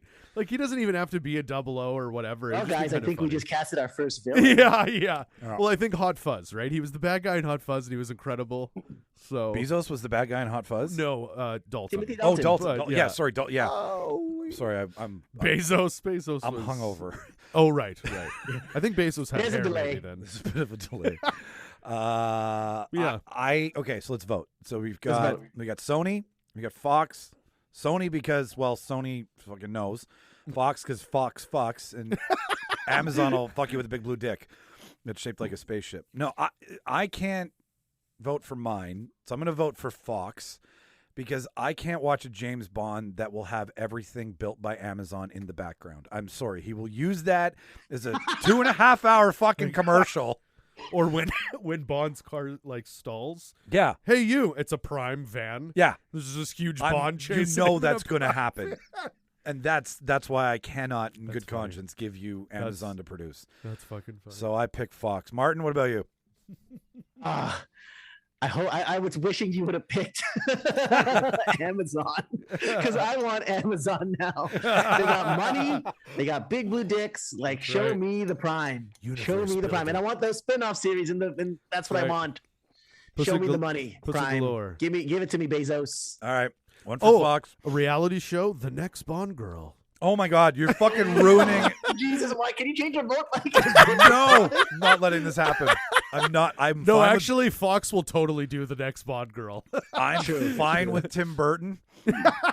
I can let it go, but we're not ruining. We're not putting this into the ether, and it actually fucking happening. So I'm not voting for Amazon just based on principle. Love Voting it. with my heart, Martin. Voting with my heart. You're voting with integrity, Mike. I respect that. As Too fun bad as it Jimmy would, isn't here to witness your voting pattern. as funny as it would Something be today. as funny as it would be to see Bond sitting at a bar and like some delivery He gets his driver. martini fucking droned in. That's what I'm With saying, Oh my right? God, yeah. Like that And he kind looks of at the camera and he's like, I have Prime. shaken, stirred, or flown. Right? Like Oh, whatever. Anyways, so That's okay, so we funny. got Fox, we got Amazon. You it's your vote. Oh. Man, I don't know. I don't think I could live in a world with Fox doing a Bond. It just scares me a little bit. Are you gonna split the vote here? Oh no, I'll go Sony. I'll go Sony. No, you're splitting the vote because we've all. Yeah. Who? I voted Fox. He voted Amazon. You're voting Sony. That's Oh, I fine. don't want to do that. Yeah, I mean it's fine. We don't have a studio. I'll go Amazon. You can't vote for yourself. Of course not. Of course not. Yeah, you know what? hey, I didn't think I'd see a world with Tim Burton. So you know what? Fox, let's do it. Burton and Fox. Bringing you Bond. Putting the 00 back in 007. Oh, shit. I mean, I can't wait. Okay, well, we've got... Fox is going to put the O here, the 7 down a little bit, and the other O here. And then inside of it, someone will be like, look, it's Dick. a QAnon symbol. And then that's the documentary. Oh, shit. Ladies and gentlemen, we just want you Sorry. to know that we do take Bond very seriously here at the Reel Yes, Debaters. we actually do all love James Bond. We are fans of it, and we are doing this for your entertainment. Casting not, will be fun. Yes, but just so you know, probably not what we would do if we were given $250 million to make a Bond. Yeah. Just need to put that out there. Burton for- Fox. Yeah, this is your first episode. Listen to more. We're big Bond fans. Okay, so moving. Just so you know, Burton has worked with Fox in the past. There were a few movies he's He worked has. with the studio, so he has a relationship with the studio. Yeah, is it's true. They'll, That is true. they'll be tenant, right? They'll tenant it out. Tenant it up. Okay, so now we need some sound. We need a sound track. Now James Bond is famous Bond. for giving its title track to a famous singer, right? That's the thing you do. But then they don't give it to the rest of the movie. It's whatever it is, right? Yeah. I want to change that. Oh, wow. Yeah. So obviously, I'm not going to fuck with a recipe too much, but I think that someone should get the whole movie this time. I think they should get the title track. Why don't we just pick who does the main Bond song? Well, yeah, You that's know? that's what I'm That's what doing we're here. doing? Yeah, Okay. well, that's what I'm doing. You guys can do whatever you want, but I just thought that you give Billie Eilish got the last one, right? She's Yes. nominated for an Oscar for it. She's Yep. going to perform it in a Yep. week. It's a great one. It's a good song, but Yep. she doesn't get anything else in the soundtrack, right? Yeah. I think we should give the next one to Beyonce, and I think we should give her the whole fucking album. Oh, my God. That's my pick because Like the Lion King soundtrack? no, not the line. I forgot she did that. I'm looking at her ability as I an see. artist and as a powerhouse Yeah. and as somebody who, like, Tina Turner did Goldeneye. We haven't had some soul, I don't think, really brought back to the James Bond world. It's Yeah, been contemporary pop culture. Yeah. Stuff that's more trending on your mom's, 90 whatever, like 102.3 Clear FM, Winnipeg, They've kind of... easy rock kind of shit that gets it. The now. Craig ones are interesting. Craig started off with, like, Chris Cornell. Yep. They had Jack White and Alicia Keys. Yeah. But then definitely shifted to ballads. Okay, never mind. Alicia Keys did do one. She did I it with Jack White. apologize. It was okay. it was good. It was good. But what I'm saying, and then they shifted with really ballads, because then you got Sam Smith, Adele, Yeah. Billie Eilish, like, you know what I mean? So Yeah. it's been interesting. It, But it, yeah. it does change. I see So- what you mean, though. I see what you mean. And when we get to my casting, you'll understand why I did this, because I'm going for a different approach. But, excuse me, root beer. I just think that if you look at her entire album, and you can have a fun club scene, you can have a sex scene, you've got a lot of different music that she's made over the years. Yeah. That is very well known. That's very fun. Like, I always want to put a ring on it. Makes me want to dance, and I think to see that in a Bond film for once would lighten the Bond. Like, it would, Gotcha. as much as I want to do a dark Brian De Palma one, right? Well, Yeah. I'm still gonna do dark with Tim Burton, but I'm just saying that it would lighten the load of the serious womanizing grossness that is part of Bond and his suit and everything. I'm just trying to take Bond in a different direction because I'm bored of that Bond, right? I want to see a funner, lighter, grittier kind of Bond. It's a mishmash. Anyways, I think Beyonce should do it. Okay. Yeah. All the single ladies, are you with me on that? I just want to see that dance. Yeah. In the Bond, in the Bond silhouette that goes Yeah. with this. You don't know who I am? That's funny. I just think of Charles Boyle from Brooklyn Nine-Nine. Whenever he's dancing, doing the single ladies Yeah, dance. yeah. Oh, it's so good. So good. Oh, that's so Justin great. Timberlake and Andy Samberg Yeah, doing the one we're on the- SNL. We're the dancers. Yeah. Anyways, keep Kate. With the dancers. Charles, you go next because I want to go grab us drinks and I won't be able to hear Martin. So Okay. just keep talking. Okay. So for soundtrack. Okay. So for mine, so for the title song, of course, because every Bond has it, I kind of went a little bit with what you were saying. But yeah, I went with Janelle Monáe to do the title sequence, just because also too, I think she has a really awesome creative direction as well. So I feel like she would creatively have input on the opening sequence. Live in Coachella, the very last Coachella before the pandemic. She's great. She's live. amazing, right? Yeah, we saw her. I bet you we saw her the same year. I saw her in 2019 at Osheaga. She probably had the same kind of set. It was incredible. She's amazing, and she's a powerhouse, and she's an actress too. So kind of what you were saying as well too. And you could Beyonce. Yeah, Foxy Cleopatra. You could insert these musicians who've been actors before or who have acted. And also, like, they're powerhouses, too. So if she wants to go the route of a ballad, we know that she can do that. If she wants to go the route of something more like, say, rock and roll, like Janelle Monáe has that edge kind of sound to her. I've seen her live stuff. I've never seen her live, but I've seen her. She's unreal. And then for the rest of the soundtrack, funny enough, when we said about Batman, I picked Michael Giacchino, who's actually worked with John Watts he did all the music for Spider-Man. Oh. All the Spider-Man movies, and recently did the Batman soundtrack. So they've worked together, and he's done. He's great, but he just did one song for Batman. Hey, he's got a lot of work to do for him. He did all the music for Batman, but he does franchises. He did Spider-Man music, he did Batman, and if you listen to the music in Spider-Man, very different from Batman. He's trying to be the John. I think he's trying to be the new John Williams, man. John Williams. Someone's got to take over that legacy. World. But yeah, no, that's why it was Janelle Monáe and then him for like the rest, like, doing the standard. You got to have the James Bond theme. I know Martin's taste in music, and I know it's really good, and I have a feeling that we should just put the three of our picks together and have them do the next soundtrack. I think we should. What's your pick, Martin? Because guess who I'm picking? Who are you picking? I am picking Childish Gambino. Fuck, nice. My God. That's a great pick. Oh, that is such a great pick. If you want someone with range, like he can sing, he can rap, like in the voice, like the pitches he can reach when he sings, he can really hit high notes when he sings. It doesn't sound like him. He's a Sam Smith range. Oh, he's incredible. And the art direction for the music video that he probably will have a hand in will be crazy. Right. And I think, and he's definitely a Bond fan, for sure. So, and I'm sure, Martin, you saw him live, right? Like, saw him live in Coachella. Same, right? So we saw him live. It was the same, like Janelle. It was at I think he was on mushrooms. Oh man, it was unreal though. Unreal. And he's just a talent. He's such a powerhouse of talent. That guy. He's a visionary. He's a visionary, as they say.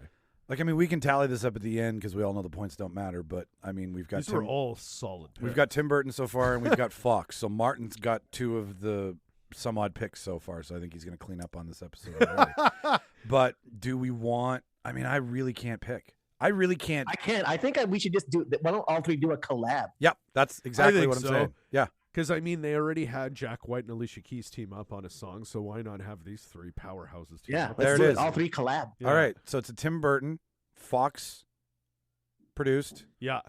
With a title track, soundtrack with Childish Gambino, Beyonce. Beyonce, that's how white people say it. Beyonce. and Janelle Monáe.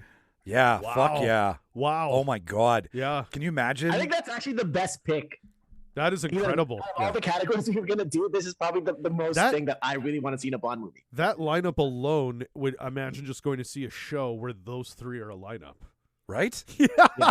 And they're going to make a song together, like, sure, and it's Bond. Fuck or they each get like a section of the movie to soundtrack, so you switch from Gambino. Oh, yeah. You get Beyonce, Gambino, Monáe. Oh, yeah. And then they do a jam together. Oh, my God. Because that's why you go to Bond. You go to Bond for the film, but you go to Bond because you're like, well, what's it going to be like with this title track? They've made it part of why the experience. Totally, it's part of the excitement. Yeah. Right. Yeah.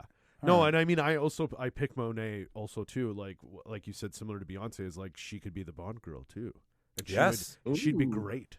Well, and being Foxy Cleopatra, she knows what being in a spy movie is like, and I'm quoting that, ladies and gentlemen.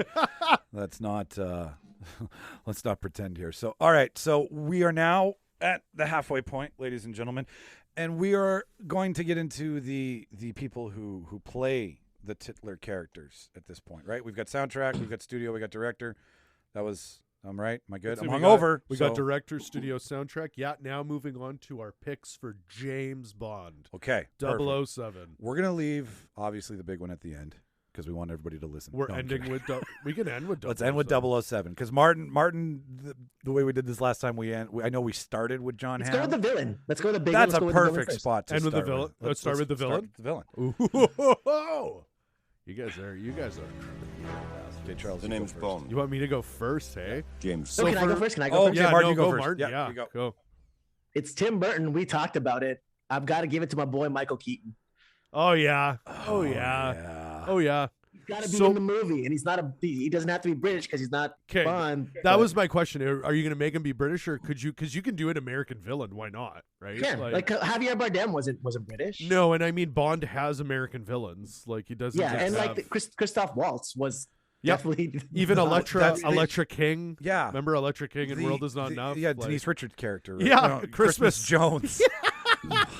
But you're Martin's right. The enemy is always global, Yeah, but yeah. James Bond is always Yeah. well, it's We've seen MI5. Michael Keaton as Yeah. the villain. He's pretty good.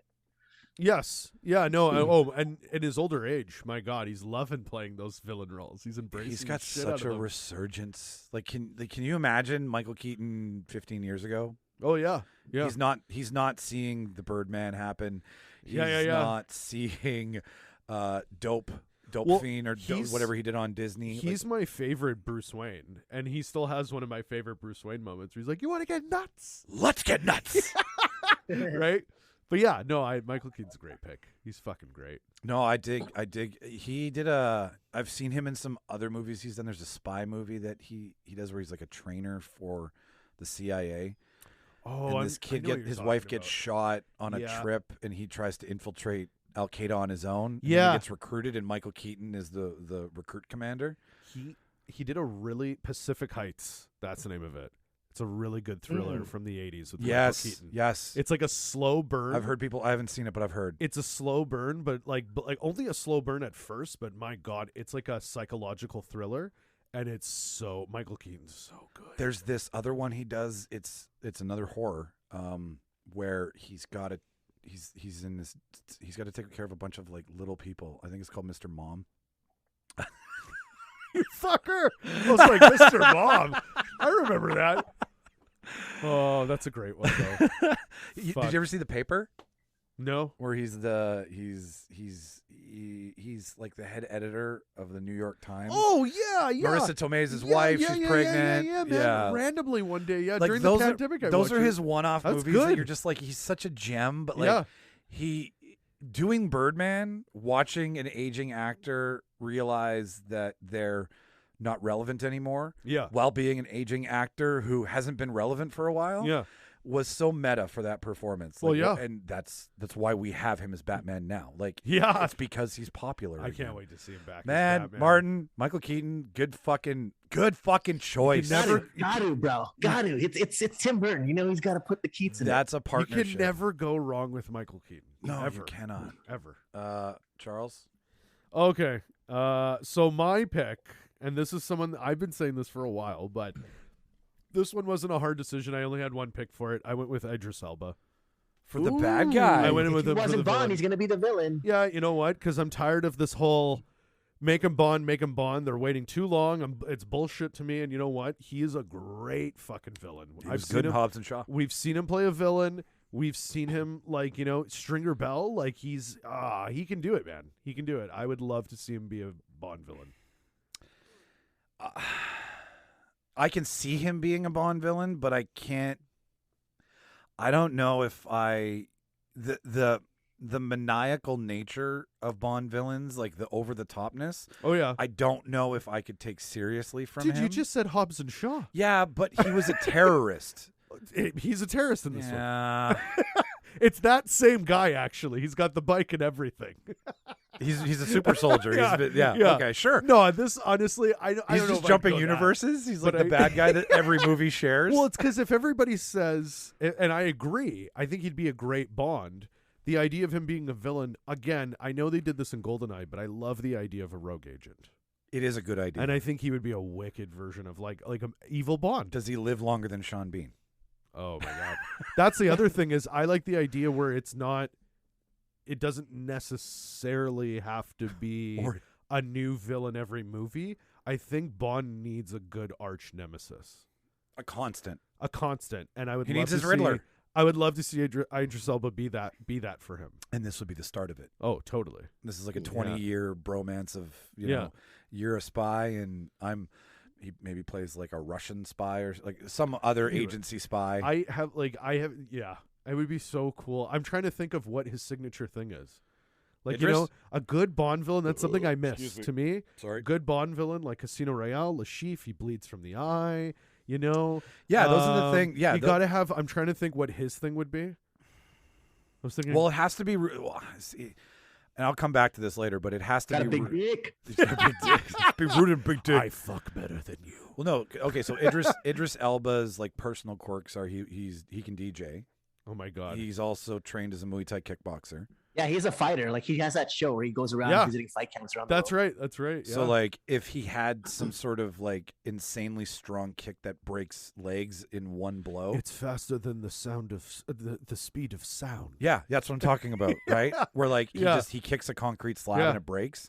I was even thinking like, you know, like something like ridiculous, like, you know, like the claw hand, but it's like bionic technology. Sure, yeah. You know, because he's the shared enemy in every universe that was in Hobbs and Shaw. Or like Bond, he cut my hand off. Why don't we have that? I'll in never movies? forget it. Why don't we have a bad guy that's the bad guy for every movie? Yeah, he's just the bad guy in movies. He's your go-to, like, yeah. But yeah, I that's, yeah, I just love Idris Elba would kill it. All right. So great. Michael Keaton, Idris Elba. Who you got, man? Gillian Anderson. Oh, damn it. Pow, that's a great pick. Right? Give me that, like, give me the fact that she's killing it with stuff like on what's Downton Abbey is she on? Where she plays Margaret Thatcher? Which is the show that she plays Margaret Thatcher? Oh no, on? the Crown. The Crown. The Crown. So right there, you can make up prosthetics. You can. I see what you're saying. You can take it. Yeah. Her icy coldness, even as Scully in X-Files. Oh yeah. Makes her for a perfect Bond enemy because she's completely disengaged from whatever's going on. Her medical background, and I'm just using the obviously roles that she's played that have shown these characters. I forget her character name, but in Hannibal, like the TV show, she was amazing. She was Hannibal's therapist. Yeah, she was incredible, and she was complicit. She was so you know that she can go along to get along, kind of thing. Like. Yeah. And the redhead, the sexiness. Oh, yeah. I want a female bad guy. Female villains are always so great. I want a bad girl, Bond. and I don't mean that in a perverted way. I want a bad girl. I always just love it too in Bond because he's always so betrayed. There's this idea that because it's a woman, it's like the thing I love most. Well, and that's why. That's you know why what I mean. Like I love it. I would love the villain to be somebody that's close to him. So as a female, it'll be someone who he sleeps with, and then all of a sudden, I'm betrayed. Yeah, like literally, and the world is not enough. Electric King, like that one, you can tell hurt him. Well, yeah, because he's the notch in the bedpost. He's supposed to be the one that does that. Yeah, right. I fucking Chuck. How dare you? You fucking chucked me. Nolan Batman all over again. Right? Yeah, totally. Yeah, exactly. So and I mean, she played Media in American Gods. Yeah. Where she dressed as like loose, like she dressed up as like famous characters. Yeah. So I'm just like, we've seen her in. She's also just a power. Like she's so talented. So talented. I love her in The Last King of Scotland. Yeah. And she can pull an English accent if need be. Yes. Like she's got it in The Last King of Scotland. She's got it in a couple other things that she's done. She's also done it in Sex Education. Yeah. Emily was talking about that too. Yeah. I don't know. Maybe she is English. I don't know. I think she is. No, she's not. She's an American actress. Oh, she is American. Well, maybe raised in England, but born in America. I just read that online. Damn, that's how talented she is. Look at that. Thanks for the fact check. I love it. We love it. So in Chicago, Illinois. Wow. Hello, I'm from Chicago. City by the Bay. City by the Bay. So she does have City by the Bay. And Grand Rapids, Michigan. So she might have a bit of a British accent. Her dad, it was huge in the film. He's part of the old. He's a cinephile. But yeah, so Gillian the villain. Great. This is tough. We're wanting to say that all week. Fuck. Can they all three team up and be villains? No, we've already used our a super villain team. It's the first time Bond's up against a team. We're so agreeable here at the Reel Debaters that we can't even pick. Fuck, man, that's tough. That is tough. I think we have if it's a franchise, these are the next three villains. Yep, we've got the next 12 years planned out. Oh my god, yeah, this is free. Martin, Amazon. you go first. What's your pick? I don't know. I thought I had it, but now I'm like, I don't know. But just because I think we're saying let's see what they do with it. that seems to be the theme Yep. of these types of debates or these shows. I want to see what Gillian Anderson will do with this role. Could be on the board. Could be on as the a Bond board. villain. Yeah, I'll make this easy. It's Gillian Anderson for sure. Thank I'm you. a sucker. As soon as you said her, I was like, Oh my god, I have Yeah. such a crush Yeah. on that woman. oh, anything she'll do. When they brought back X-Files, I had to get a bigger pant size. And I it had was some big good. dick energy. And it was good. It was good. It was bad, Charles. It was a piece of shit. I enjoyed it. Really? I mean, again, I didn't take it seriously at all. I didn't take it seriously. I didn't I never take it took the seriously at original all. seriously, but I love how it played with like a lore of conspiracy. Yeah. When it got into real world shit, Yeah, and got yeah. away from the aliens and the werewolves and all that, I was like, Also- come on, I'm tuning in to see you chase somebody who's been bitten by an I alien. was also not a fan of Duchovny in that. Like I felt like she was pulling his weight hard, man. Yeah. Well, yeah.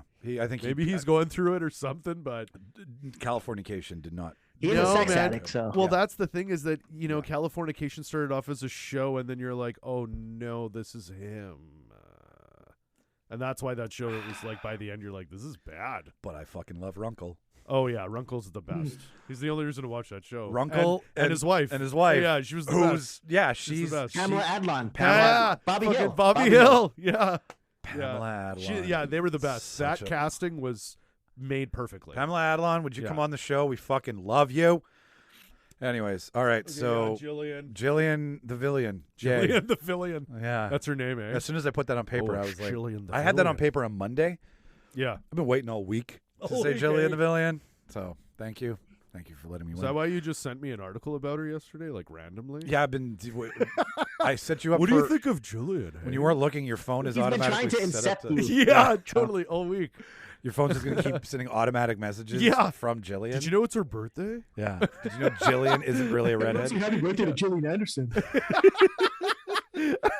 This is the best birthday present ever. Fancasting villain and the Real Debaters. Gillian Anderson. Best birthday gift. Great. All right, Great. so we've got our villain. The other three, we have M, we have Moneypenny, we have Q, and we have Bond. That's so it. That's the rest of the list. So Charles, who do you want to pick for next one? In terms of cast? Yeah, in terms of cast, who do you want to cast next? Let's go. Let's Yeah. go with M. Let's go with wanna do our M? M's. Yeah, let's go with M. M's. All right. Okay. I James don't Bond. want to. I'll go first so that I get buried in the masses because I have got one rock fucking solid pick. Celine Dion. My heart will go on. I went, okay, I'll tell you what I almost did. I wanted John Cleese to come back and be Ben but be Ben Winshaw's father. Oh, I see. Oh. Well, So- but because he wasn't Q, he was T. Yeah. Yeah, But Q yeah. is the new Q. Yeah, but that's right. Cleese comes back, he was like, I was almost Q. Right? Like he wasn't a Q, but he was a Q. I remember when they brought him in. That was great. So John That was Cleese great. was on my list. Oh my God, As a that's- bring back, not as a new cast. That's so funny. But I settled. I also had Rowan Atkinson. I had Mr. Bean. As Q. As Q. Yeah. We're doing M. Oh, sorry, We're shit. doing Too many M, you fucking letters. dingus. We're Dude, doing Okay. man, what are you talking about? Sorry. You just spoiled your pick. No, I didn't. Those are the ones I didn't pick for Q. Although I like Rowan Atkinson for M. Okay. Let's go back to M for a second. So M only because I just want to say this every time he walks on set, but I want Michael Caine to be M. Oh yeah. I Not want bad. I want Bond and M to have a better relationship. And I feel that M is always stressed out by what Bond does because Bond's kind of a rogue agent. Oh right? yeah. He's a wild card. So- we don't control him. And Ray Fiennes, as much as I love the man and can watch him act his way into It's just anything, Voldemort. he's just how dare you?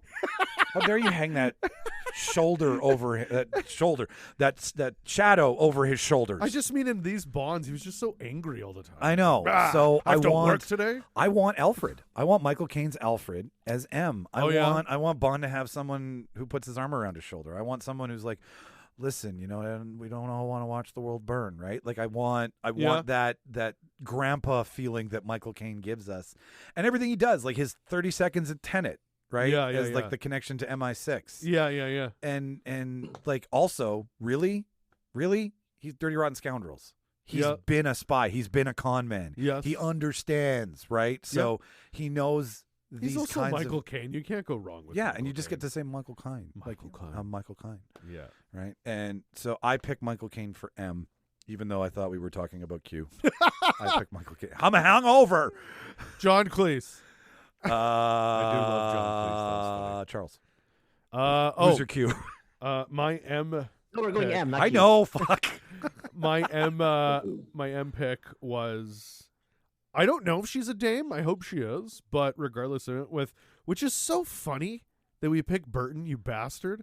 But I went with Helena Bonham Carter for M because I personally love that M and Bond have that kind of like, you fucking bastard. Like, I hate that I need you, but I need you. But also, I know you're the best and I love you. But I love you and I hate you, and I think she plays that so well. I love you and I hate you and I hate you and I love you. I love the dynamic with Bond and women, especially women that are like power, right? Because Bond isn't an asshole. Yes, he's a womanizer, but he definitely respects M. Yes. Regardless of gender. He respects M. So what you're Right. saying is, and I appreciate this, what you're saying is that to turn the tides of Bond and maybe turn the character a little away from. Oh, Martin, did we lose you? I'm still here. I think my video just went out. But Oh, keep okay, going. cool, awesome. I love that if you put a power dynamic of a female in charge of Bond again, just like with Dame Judi Dench, Yeah. right? Like I just love Dame Judi Dench, too. I liked it miss her more. M. I liked it more Yeah, I than did. the M relationship. Yeah, Like, because she would even make those. I love when she would make those like funny things because Bond's charms don't work on her. yeah, So she would roast him for it because he would try to be cheeky, and she'd be like, he'd show up in her house and she's like, "Get the fuck right? out! How did Yeah, you get in here?" Right? Like she doesn't fall woo to him, and he still does Bond because he's Bond. It's like the Archer thing, right? And having that Archer Mallory, like Archer and the mom thing. That's how I look. Like, I miss that. I like that. I I've like recently- that dynamic. I I've watched really a do. couple episodes of Archer, like because you guys know me. I'm not Yeah. fucking yeah. Archer. Archer's incredible. It's incredible. It's only because But- of what's his name, Martin? I can't remember it now. H. John Benjamin. H. John Benjamin. John Benjamin. Yeah. And Jessica Walter was the mom, and she's incredible. But yeah, like that's, and I feel like Helena Bonham Carter can do that. Like she's a great, She's such a fucking talent. like the way I don't know if you guys saw the Harry Potter reunion, but seeing her just being so fucking funny with Daniel Radcliffe and being like a geek, a nerd on that set, and being, I like that dynamic. And she's obviously a very strong, like she's a strong woman, yes, right? Like, and she's Sweeney Todd. Oh, right. Sweeney Todd is burned into my mind. and Tim Burton. Tim Come Burton's on, wife. Come Yeah, on, I I mean, man. put him on there. That's why I laughed when you said Tim Burton. I was like, I have a few people actually here that this will work. But yeah, she's my M. Okay, so we've got Michael Caine, only for saying Michael Caine. Helena Bonham Carter, which totally deserves it. Martin, who's your pick for M? My extra pick was also Helena Bonham Carter. Yes. Because of Tim Burton. Yes. But since I can't pick that, I'm gonna go with Timothy Dalton. Yeah. You Oh know my what I mean? God. Someone who doesn't take shit. Like, he's probably in the backstory, he's the 007 that lived and retired to become M. Yeah. So that's, he has that relationship with Bond. He understands where I Bond love is coming that. from. I love that. I don't know how That's great. to argue against that. Like I know, right? Like what you're doing is you're not only like giving, like it's something we all know, right? Like it's something we've seen, but you're also giving the one Bond who got the least amount of screen time the biggest job. Can I also say too, like, because I feel like it's like a redemptive moment for him too, You got a raw deal. because no one really liked Andrew Garfield's Peter Parker, right? And that those Spider-Mans are probably like one of my least favorites, or my least favorite. Right. But then after right. watching the most recent Spider-Man movie, I'm like, come on. Right. I can't hate this guy anymore. I can't hate this movie in this franchise. Like, I still, you know what I mean? I was like, oh, now I feel for it. He had his redeeming moment. I think this will be Timothy Dalton's redeeming moment. It isn't. You mean it? Not. What's the show he's on right now? On HBO. We watch it. Martin. He plays the guy in charge. Brendan Fraser's in it. Plays the robot. Oh, Doom Patrol. Yeah. Doom Patrol. Oh, Doomsday, Doom Patrol. Doom Yeah, Patrol. he's the shit. Yeah, in Doom I Patrol. hear he's great. Yeah. Yeah. No, I like Doom him. Patrol. Yeah, he's great. Well, in that. it's funny that you mentioned Andrew Garfield because with like that whole thing with Spider-Man. Because what I was going to say is boy. like you picking Timothy Dalton, I right away thought of like that's an MCU style casting that I love. It's Yeah. It's total fan service, and I think he'd be great. Well, and the fact that he picked Helena Bonham Carter before you picked Helena Bonham Carter, I would just like to concede here. Donald Trump, this is what conceding looks like. This is where you know you've lost. Back the fuck out. Know your lane. Helena Bonham Carter is M. I think we can safely say is the right pick. I think we can safely say that's the right pick. Okay. Although Timothy Dalton should have some part in this movie. Sure. Hey, yeah. totally. You know what? He could be the janitor doing the math problem on the board outside of God. their office. Ben Affleck's my best friend. Just keeps telling everyone that. Okay. Can we do all Q good now? picks again. Yeah, we can do Q. Can we do Q? We can do Q, buddy. Okay, let's do that over again. The So name's you Bond. obviously know that my first pick James was John Cleese. My second pick was Rowan Atkinson, just because these are famous English faces, and I feel that that's what Q is. Q is that one position that you just look at and you're like, oh, that makes perfect sense. Like when Ben Whishaw took it over, I was like, Yeah. yes, Yeah, that's we're making marmalade. Paddington is Yeah. Q. We have to make marmalade. Fucker has infected another episode. So, Greatest movie of all time. yeah. Fascists. Coming So- soon. Paddington 3, The Rise Against Fascism. Starring Zelensky.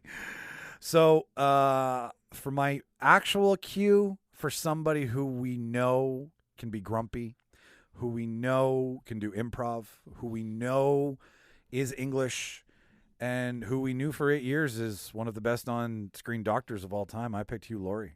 I want House's cue. That's a great pick. I want the guy who's he's just gonna give him shit. That's a great pick. And we know what he's like when he gives shit. And I as much as I like House, I love seeing Hugh Laurie in his native tongue. Yes. I love it more. Like On Martin's Jazz Hour, he does a jazz album that Yeah. Martin could feature. oh, that's great. Yeah, That's great. There's a He's gonna piano. be album. the first guest on the show. In the tub with Martin tonight. Claudia and I are rewatching Friends from the beginning, and we just passed the episode where Rachel's on the plane going to fucking tell Ross that she loves him, and she's telling the whole story, and Hugh Laurie is the guy next to her, just roasts the shit out of her. He's like, first of all, you're a bad person. You're a very bad person for doing this. And it's just that he's a quick scene, but fuck is he good. Yeah. And again, he loves Bond, but he also just hates that he breaks everything, right? So Yeah, like he's just a crotchety old fuck that Yeah, we've known yeah. him for, and even in his roles, like when he like the hotel manager or the night manager with Hiddleston, Yeah. very curmudgeon-y, right? Like he just isn't. He never plays a happy guy. But if you watch his sketch comedy, fuck, is he funny? Oh yeah. Like he comes from an improv world. And he can definitely do that dialogue of intelligence where Q is naming everything, like what it Right. does, how it works, blah blah blah. and then be like, don't touch that, Yeah. and you're a moron. Stop like it. it's perfect because he is so well known. Like it's not a leap, but he's not doing a lot right now. So to kind of bring him back for 5 or 6, Yeah. here's $500,000 for the next whatever. And I like that you're going back to Q being older than Bond, Yes, or I don't know. well you will find But, out. Yeah, you but, are right. But an older Q. yeah, An I want an Q. older Q. I An don't older like a Q. younger Q or like a millennial Q, where he's like, I can do more like when Ben's like, I can do more damage with my laptop than. I love it though, because Q saw. But that I know what you're saying. So yeah, it's that hard. it was It's hard. it was better to have the role model of Q than to Yes. have the criticizing Yes. young bitch Yeah, of Q. because that's the thing is that in the Daniel Craig one, while I love Ben Whishaw, Craig could kind of bully him into like, he didn't take him as seriously because he's like, I'm older than you, and you're a nerd. Yeah.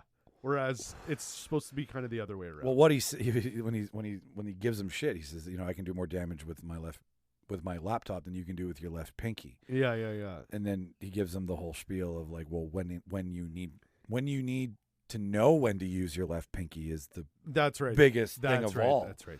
And shuts him up. And I was like, That's right. fuck you, Ben. Yeah. Shut your fucking hole. So that's my cue. Okay. Martin? I went with someone who, I guess, because what we were saying, right? We went with someone who kind of won't take shit from Bond. Someone who has that confidence, because you're a fucking genius. Like, why would you take shit from anybody? You're like the smartest person in the room, never take shit from anybody. So I went with someone who I think can play that, Tom Hiddleston.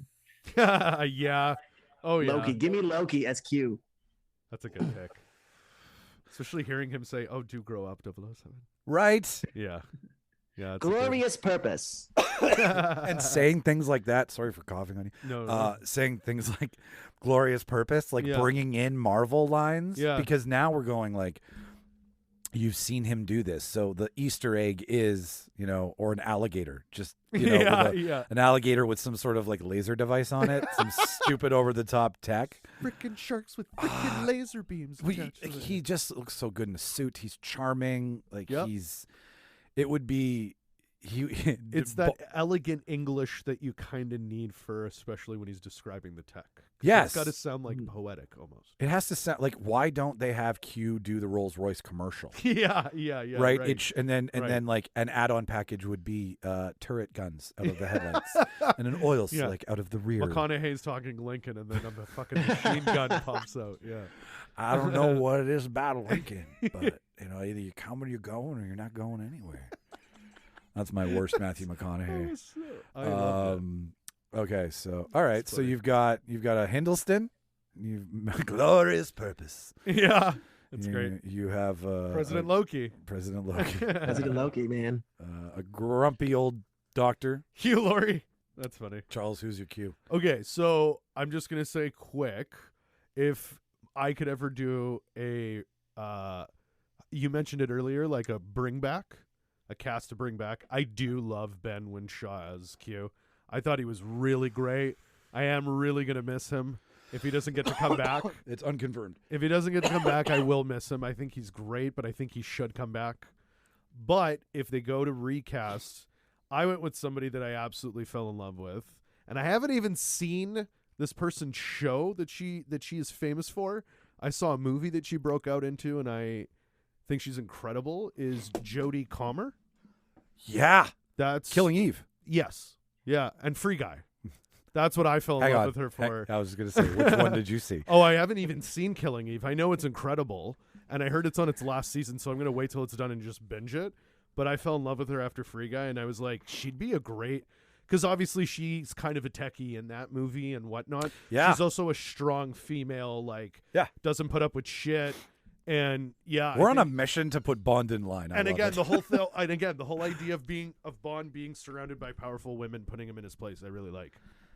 Yeah, not just Moneypenny, but all of them. Right? Like, and while it's like Bond loves it, it's like really that's what he needs because these women. Of late though that Moneypenny put him in line. Moneypenny always fawned over him. No, and I think I like that Bond too. Is here. Oh my God, Sean Connery as Bond is here. Well, yeah, in the early ones, yeah, but even in the Pierce Brosnan ones, she got a little hot under the collar too. She did, but the thing was, it wasn't till he did Naomi Harris. Yeah, Naomi Harris was. She was like Bond. She was the my dance space, your dance Scorpion space. Queen, right? Yeah, calm the fuck down, Bond. Put it. She's the one that turned him on the most because he's like, God damn it. Yeah, I can't. She's a fire. Yeah. God damn it. She shot him. She's got a fire in me, damn it. So let's figure it out here. So we got Hugh Laurie. We've got Ben Whishaw still. We don't want to fuck with Jodie Comer. Jodie Comer. Yeah, Ben Whishaw would be my bring back. I'm just going to say I'm hungover every episode when I forget something. And Martin, I forgot yours. I'm sorry. Martin had fuck me. I think I forgot too. I'm high as shit. Yeah, I think I forgot it too. Hold on. We got it. Hold on. Go back. He had a good pick. Was it? It was a good pick. I know it was. Oh, Tom Hiddleston. That's right. That's right. Loki. That's right. Q. Loki. We'll just say Loki. Loki. Maximum purpose. Glorious purpose. Glorious purpose. Maximum effort. I'm confusing Deadpool and Loki catchphrases. Okay. So I will go outside of mine. I would give me Hiddleston any day. Give me some Loki. Yeah. Give me any variant of Loki. I don't care. Like give me the fucking dead frog variant that we see in the ground as you're going down that one scene. Like I'll go Loki. Loki's a great pick. 2 for Hindle. All right. You know what? I wish we were going. I'm going Jodie Comer because I like the direction that we're going surrounding Bond women who in power. You know that won't give him shit. Oh yeah, I like your direction, Charles. Thank you. Yeah, no, I appreciate that. And that's I was going with Jodie Comer because I don't Thank you. My reason too is that I don't want to get rid of the traditional Bond in that sense. But Can I take my pick away so Mike can't vote for it and you have to vote for me? Because I want to see her as she's young. She's done Killing Eve, and I feel like she's still up and coming. Like Martin, she's still gonna break Last Duel. You know what I mean? Like she's Martin. Ask me again. Ask me again. Who do I pick? I didn't hear your pick. There was some static on the Zoom recording here. Who did you pick? Actually it's Jodie Comer. You didn't hear that right. Yeah, Jodie Comer. Cool. Okay, so Jodie Comer gets it. All right. Yeah. Moving on. So Jodie Comer as Q. That's fun. An M and a Q, both women again, like that, or women again. But then I like it. Yeah. No, I would. And this is that argument. Again, like I don't want to. I'm all about. It's not. Nobody wants to have female roles or empower women more than me. Or it's just the argument of making Bond female. I don't understand, because I don't think you should change the character. Why not give a strong female character? Yeah, I was talking about this leads with Bond, with CC and Ollie. Don't get rid of Bond, but give women a new character. Why can't they have their own Bond? Yes, right. That was what we were talking about. Yeah. We were talking about. One of them said it. Hungover Michael can't remember, but one of them said, "I don't want a hand-me-down role." Oh my God, that's a very great way. And to I put was it down, like, and I agree. You don't. You shouldn't have. You shouldn't have to be like, here's the sloppy seconds of a thing that we're just gonna give to you. It's like no, whole new idea, whole new story. But something like M and Q, that's where you inject. Those don't need. I don't think those are specifically need to have that gender identity. No, they don't. You know what I mean? So that's why I'm like all for like. And this whole idea of Bond, like, again, I am a traditionalist, I guess. I don't hate the idea. I'm not saying he needs to bang every woman in every movie all the time, but I don't want to feel bad if he does bang one in a movie. I don't want to have to feel bad for it. And I think the idea is, again, is Bond's not an asshole, and especially if we see these women kind of keep him in line. Yeah. And he's surrounded by powerful women, right? Like, it's the Archer thing again. They really were getting away with that idea of Bond. I know we beat him up for it all the time, but they really were getting away with it when they introduced Vesper. And she became a continued, like when Bond fell for love. Yeah. That was tolerable. Yeah. That wasn't a stretch because he's just been a playboy for so long. That's how he became Bond. That's really how he became Bond. That's why he doesn't get attached. Yes. It's that mentality of like, I don't get attached because a woman, scarred me and I don't want to be vulnerable. I'm not justifying the way he treats women. No. But again, it's justifiable in the actions of what he does a little bit. As a character. It's also a fucking story. Yeah. If someone watches Bond and is like, that's how I got to treat women, they're an idiot. Well, and if you've never seen an episode of Homeland, Carrie fucks everybody into believing her. You know what? So, very good point. Like, she is a female Bond in that sense. What I'm saying is that they take from the CIA very seriously. That show has to talk to the CIA. There you go. Yeah. And find out what can and we can't do. Sexpionage is one of the biggest plays in the world of spydom. To fuck somebody and to break down the walls of intimacy and to convince them that they should feel safe around you. You fuck them. Yeah. It's part of what Bond's doing. So and again, Catwoman, just as a shout out too, that's kind of Catwoman's-esque attitude towards it. Like, if she that should be a new phrase. You should Catwoman that. If dude. she teams up with Batman or she helps Batman, it's because she's getting something else out of it that's going to benefit her. Yeah. And she does fuck Batman. I wouldn't say she's an awful person, right? And like that's kind of the relationship they have, right?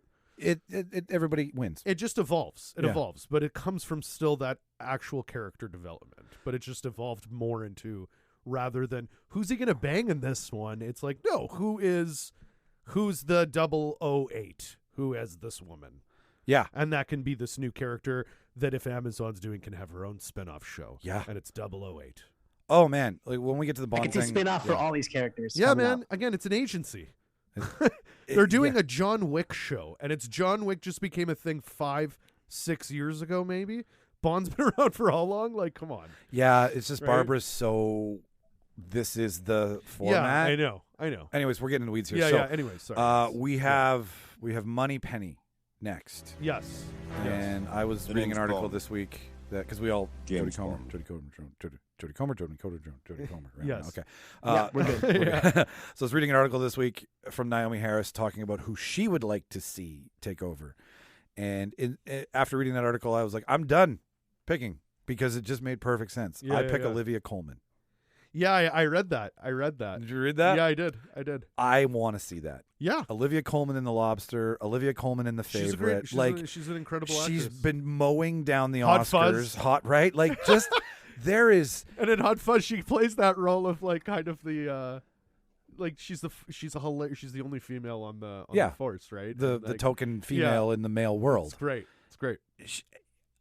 You want to talk about keeping shit in line?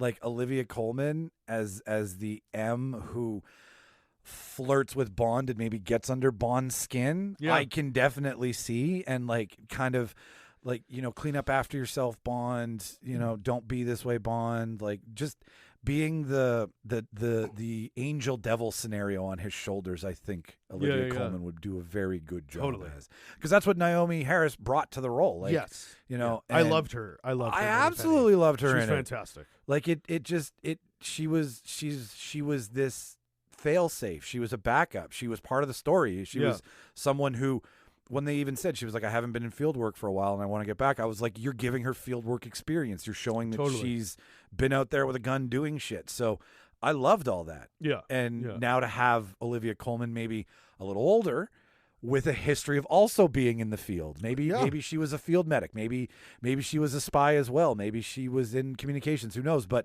I love that they gave some spyness to Moneypenny in this round. So I hope they continue with that. Martin, who's your pick for Money Penny? I only got one, and this is who I knew it was going to be. If we're talking, I want someone like young, vibrant, because I really like Naomi Harris's character in it. Someone young, vibrant, but can also be commanding and has that authority in a female. I got to go with my girl, Emma Watson. Oh, yeah. Okay. Oh, man, I didn't even think of her. Yeah. How do you not? How do you not? Oh, that's a good pick, man. That's a good pick. Leviosa. She wouldn't give Bond shit. Like, he would just like, nope. No. And the way she would do it is she'd be so still classy and powerful about it. And like, just, she's a great pick. I know. Love Emma Watson. Huge fan. She took on the Beast. She can take on Bond. Oh my God, yeah. Shout out Harry Potter. She's a wizard. She's a wizard. How was that reunion, by the way? You said it looked. I haven't seen it. I haven't watched it yet. It's so good. Okay, I'm gonna watch it. It's great.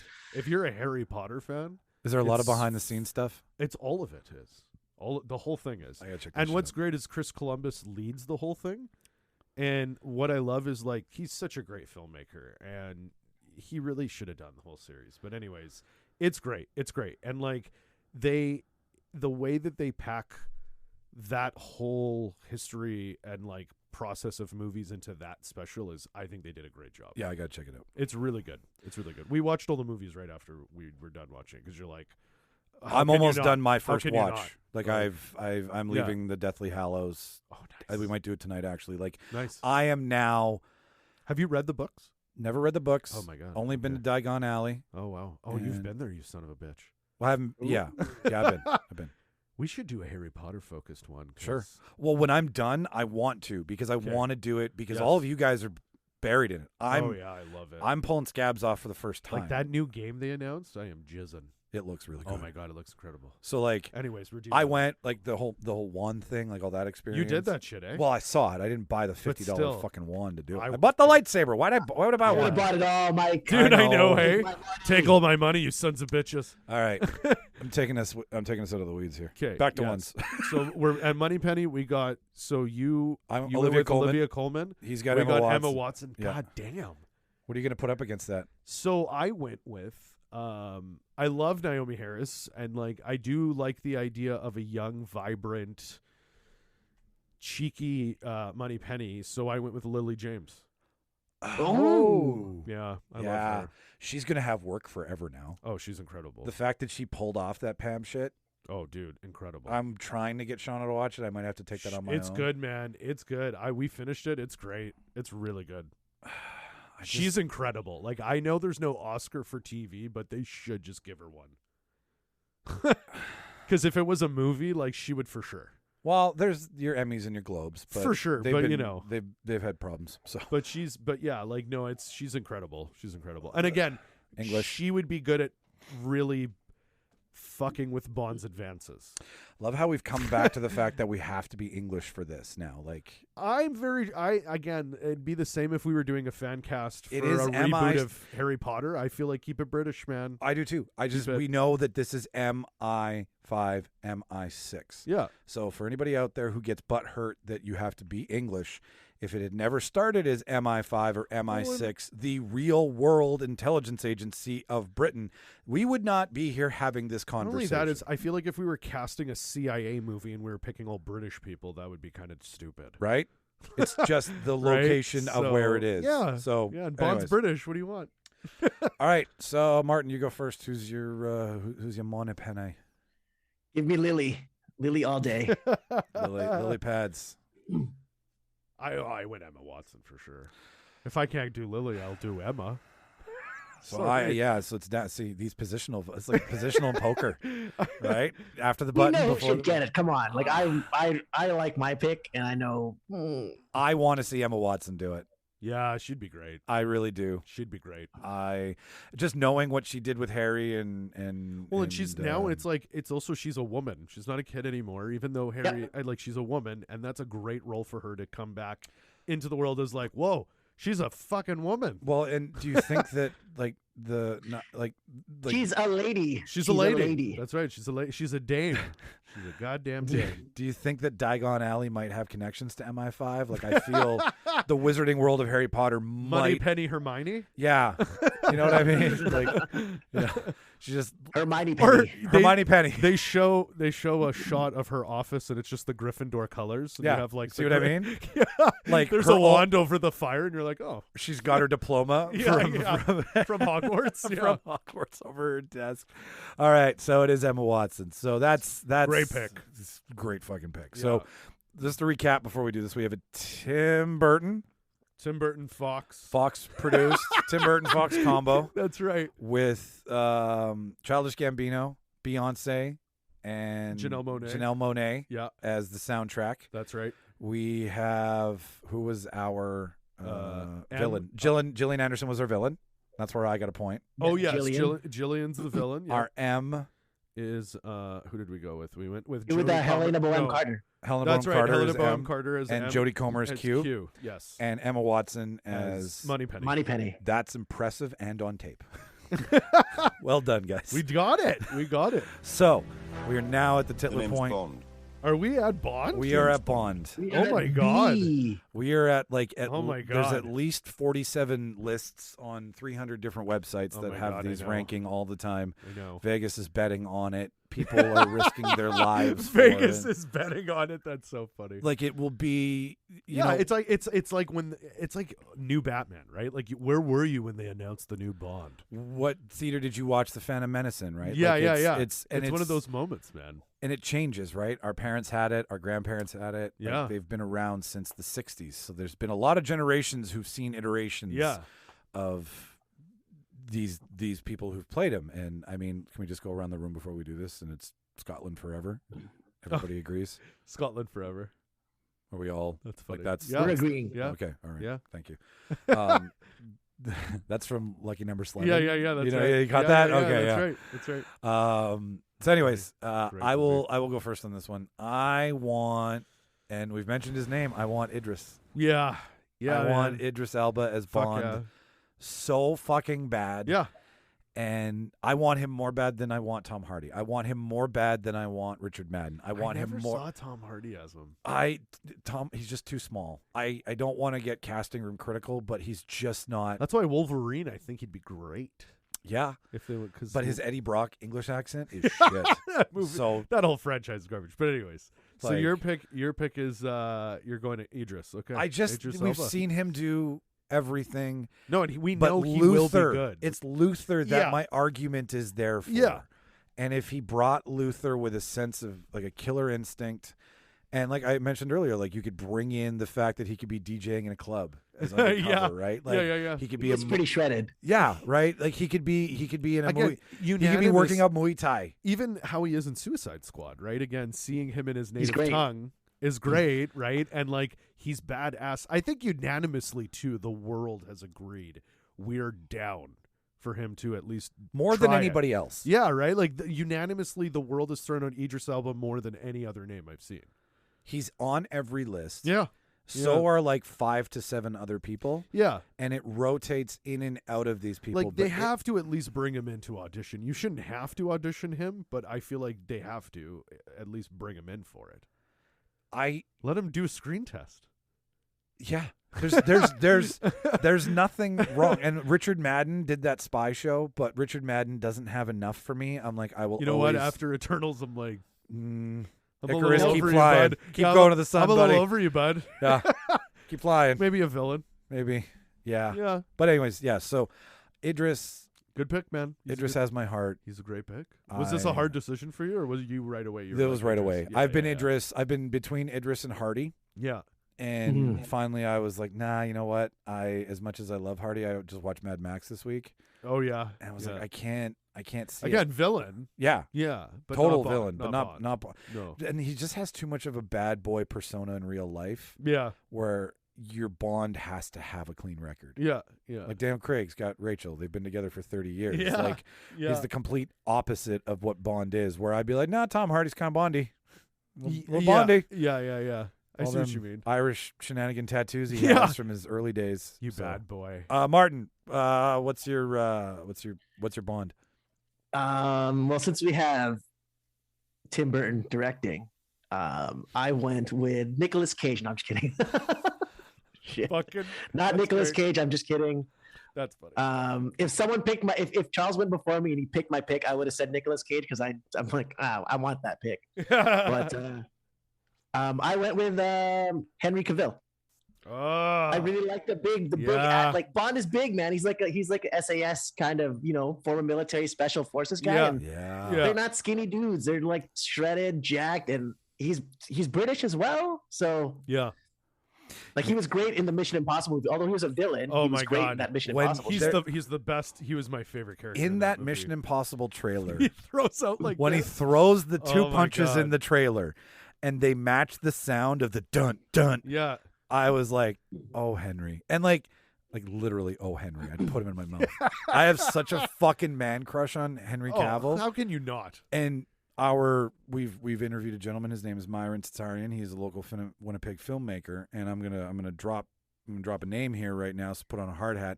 He got to take care of Henry's dog. We've talked about this on the show before. Get out But of here. when Henry filmed, Get out of here. when Henry filmed that cop show that's been changed like twice, but it's on Amazon now. Him, Ben Kingsley, Andrea Daddario. Oh, I know what you're talking Sam about. I've seen the or poster. I something. can't- Simon Nomis is Simon Okay. backwards. Nomis. Okay. So that's its original name, but it's been changed now since it's on Prime. Anyways, when they filmed that here, Henry left, had to come back, but he's like, I can't take my dog. So Myron got to look after Henry's Wow. dog. And Henry Superman's dog. eh? Henry and Martin could talk Warhammer for fucking hours. Oh, yeah. That's why I picked him. Yeah, That's Like- why I picked him. Like Yeah. I go down a Henry Cavill nerd loop on YouTube where I He's just listen to awesome. him. Like He's awesome. he hates talking about what he does. He loves talking about the nerd He's- shit that he's a true into. nerd, man. I saw it's one great. interview where they showed him like, I'm horrible with this, so I apologize, but computers, like they showed him like the nicest. Yeah, he was most making a gaming up-to-date computer. gaming, and he broke down everything. He's like, "This is the motherboard. Is it this one or this one?" And the guys are laughing in the backgrounds. They're like, "Holy fuck! Yeah, he knows his shit, man. I love it. I respect the shit out of that guy." Henry's on and the he's list. Superman. Yeah. He's But- fucking Superman. But like what he's doing with his career, yeah. Like I want to do Witcher. He's doing what everybody should have done for the last 25 years when they take on a project that has a cult following in comics, video games, and or anything else, is that he's a fan first. He loves playing Witcher. Oh, yeah. So for him, when everybody was like, you'd rather do Witcher than be in the Justice League of Superman, he was like, yes, because I love the video game. Yeah. I'm not making a decision because you want me to be Superman. I'm making a decision because I want to do this proud because there's a fan base for this. Also, when you fuck with his Superman the way you did, I don't blame him. Yeah.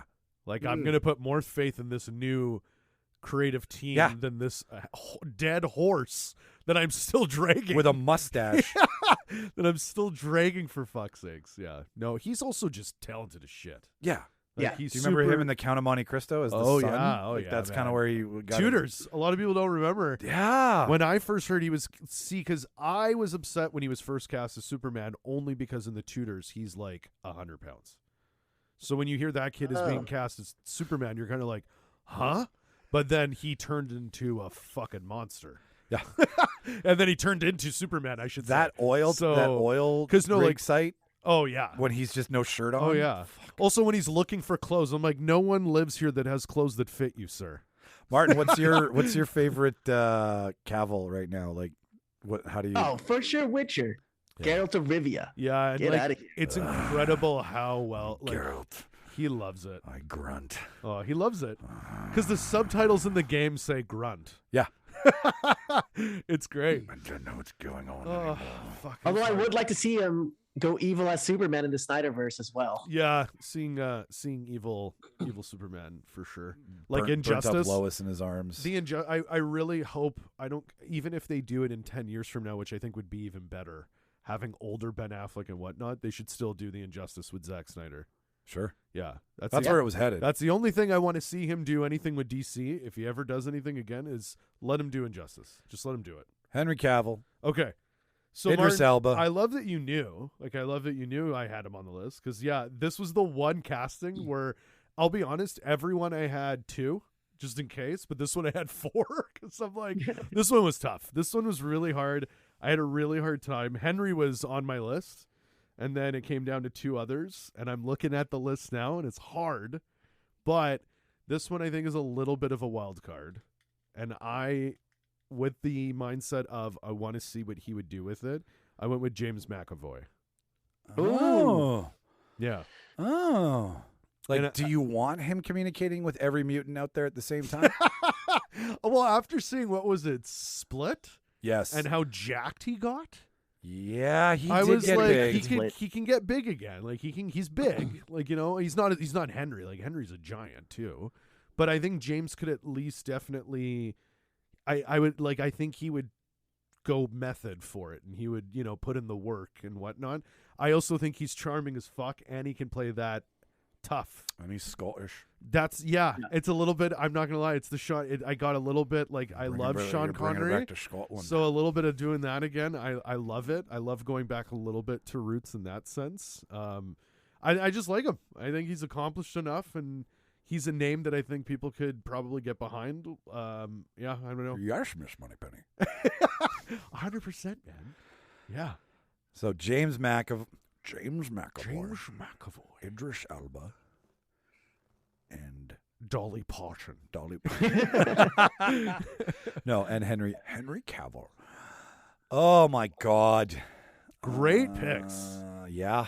Close it out, man. Just at least bring those 3 in for an audition. It's Henry. I got to pick Henry. Oh, you and Henry. I'm going with Henry. Just only like he's at that point where he's like, I just want to do everything else. So give him this, see if it sticks. But while at the same time, I don't like, it's a risky pick because everybody would just be like, well, you picked Superman, right? Like you picked, you didn't go with someone who fit the bill.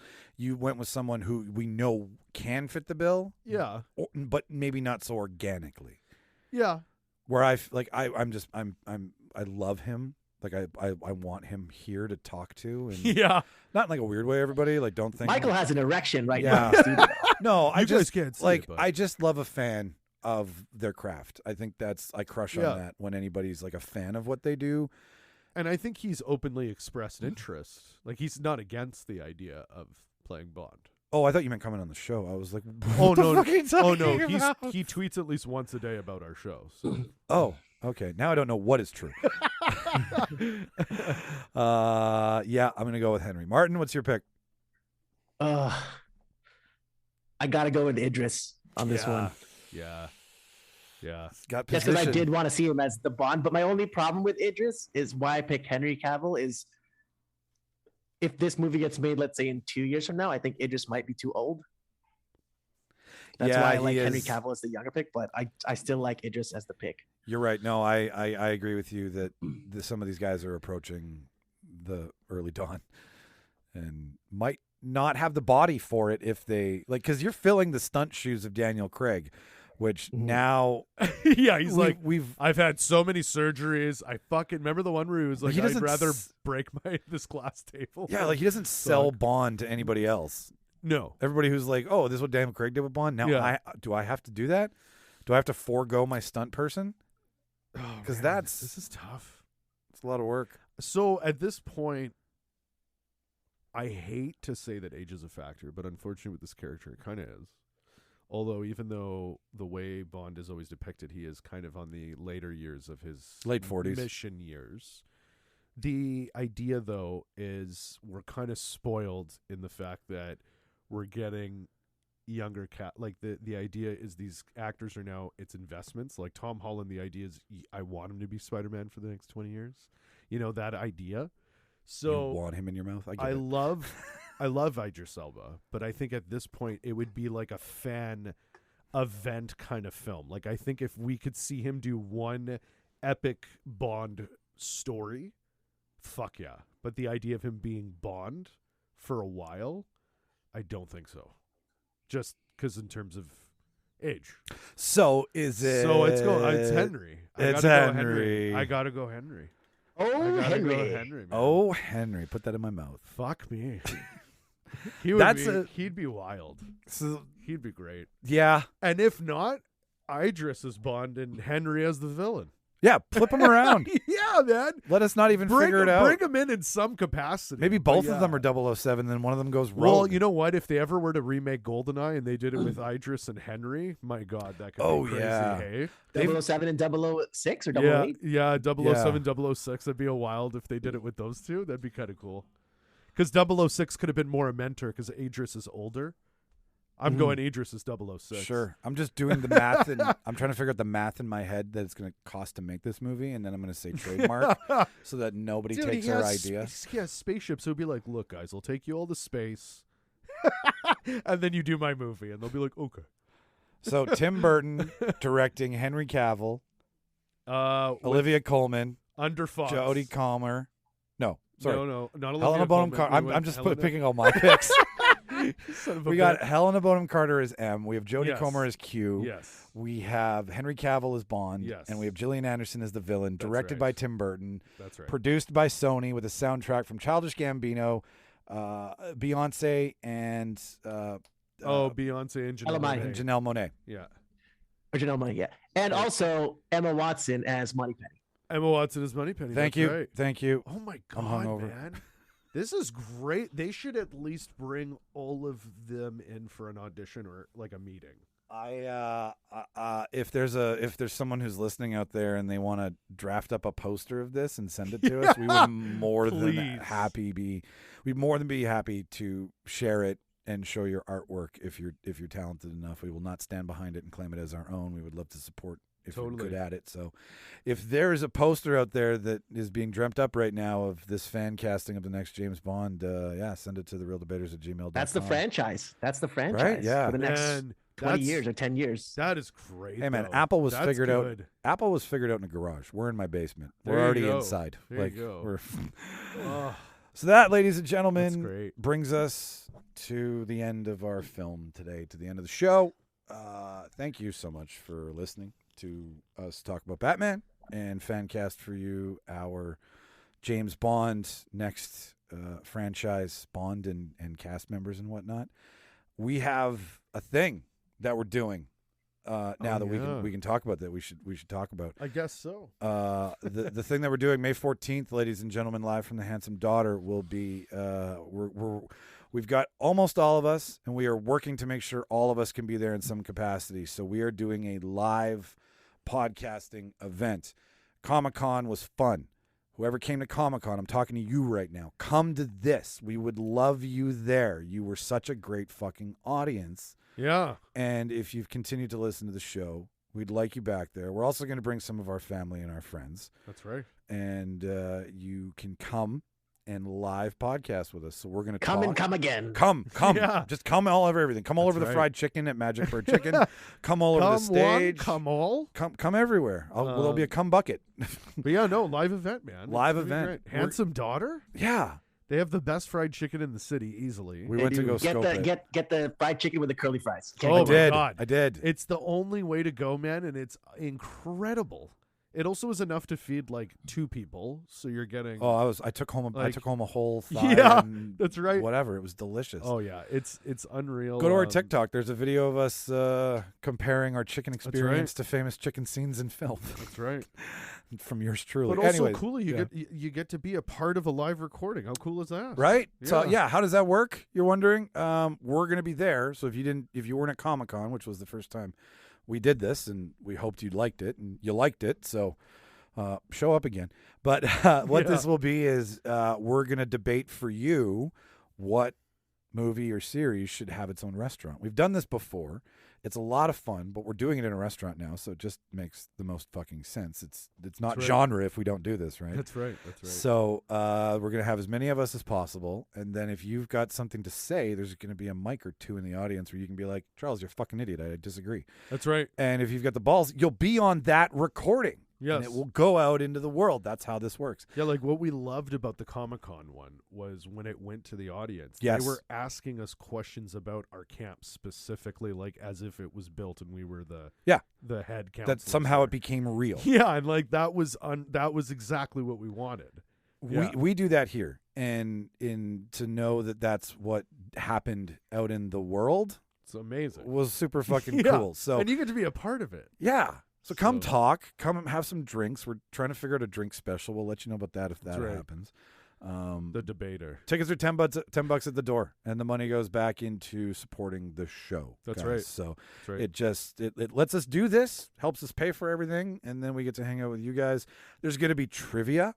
That's right. Going to be some prizes. That's right. You can win prizes for coming to a show. Like Yeah. who does that? We're we want your input. We want to talk to you. We want you to That's right. interact with us in the film, and then somehow, some way, we're going to try to beam Martin into it Oh yeah. in some way. Beam me up, Scotty. Yeah. Zordon. He'll Yeah. be our Zordon. He'll be our big head, Yeah, big head, yeah. right? Nelson Spaghetti.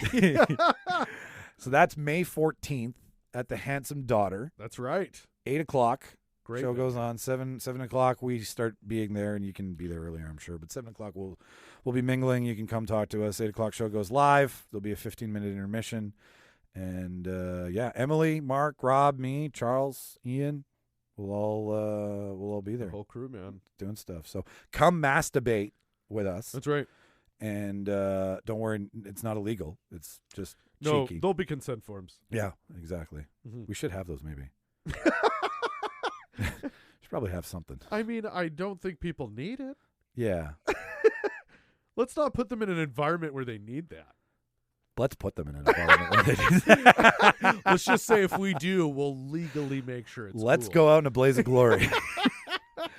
Oh, thank that's God for editing. That's that, ladies and gentlemen. Thanks for listening to another episode. Tune around for the end credit trailer. It's if this is your first time and you want to learn more about shit we do and how to follow everybody and who everybody is. And if you're in Vancouver and you want to go see Martin do stand-up, or if you're in Winnipeg and you want to go see Jimmy do stand-up, or if you want to watch Charles's show, everybody who's associated with the show is involved in the show on that page and able to be found. So you can investigate their shit as well as this shit and any other shit that you prefer.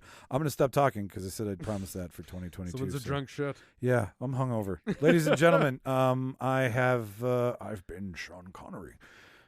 And I've been Joker. You're supposed to take those out of the deck. And I have been Michael Petrow's Hangover, still in effect. Going strong. Watch all the movies, kids. Bye. Say goodbye, everybody. Bye.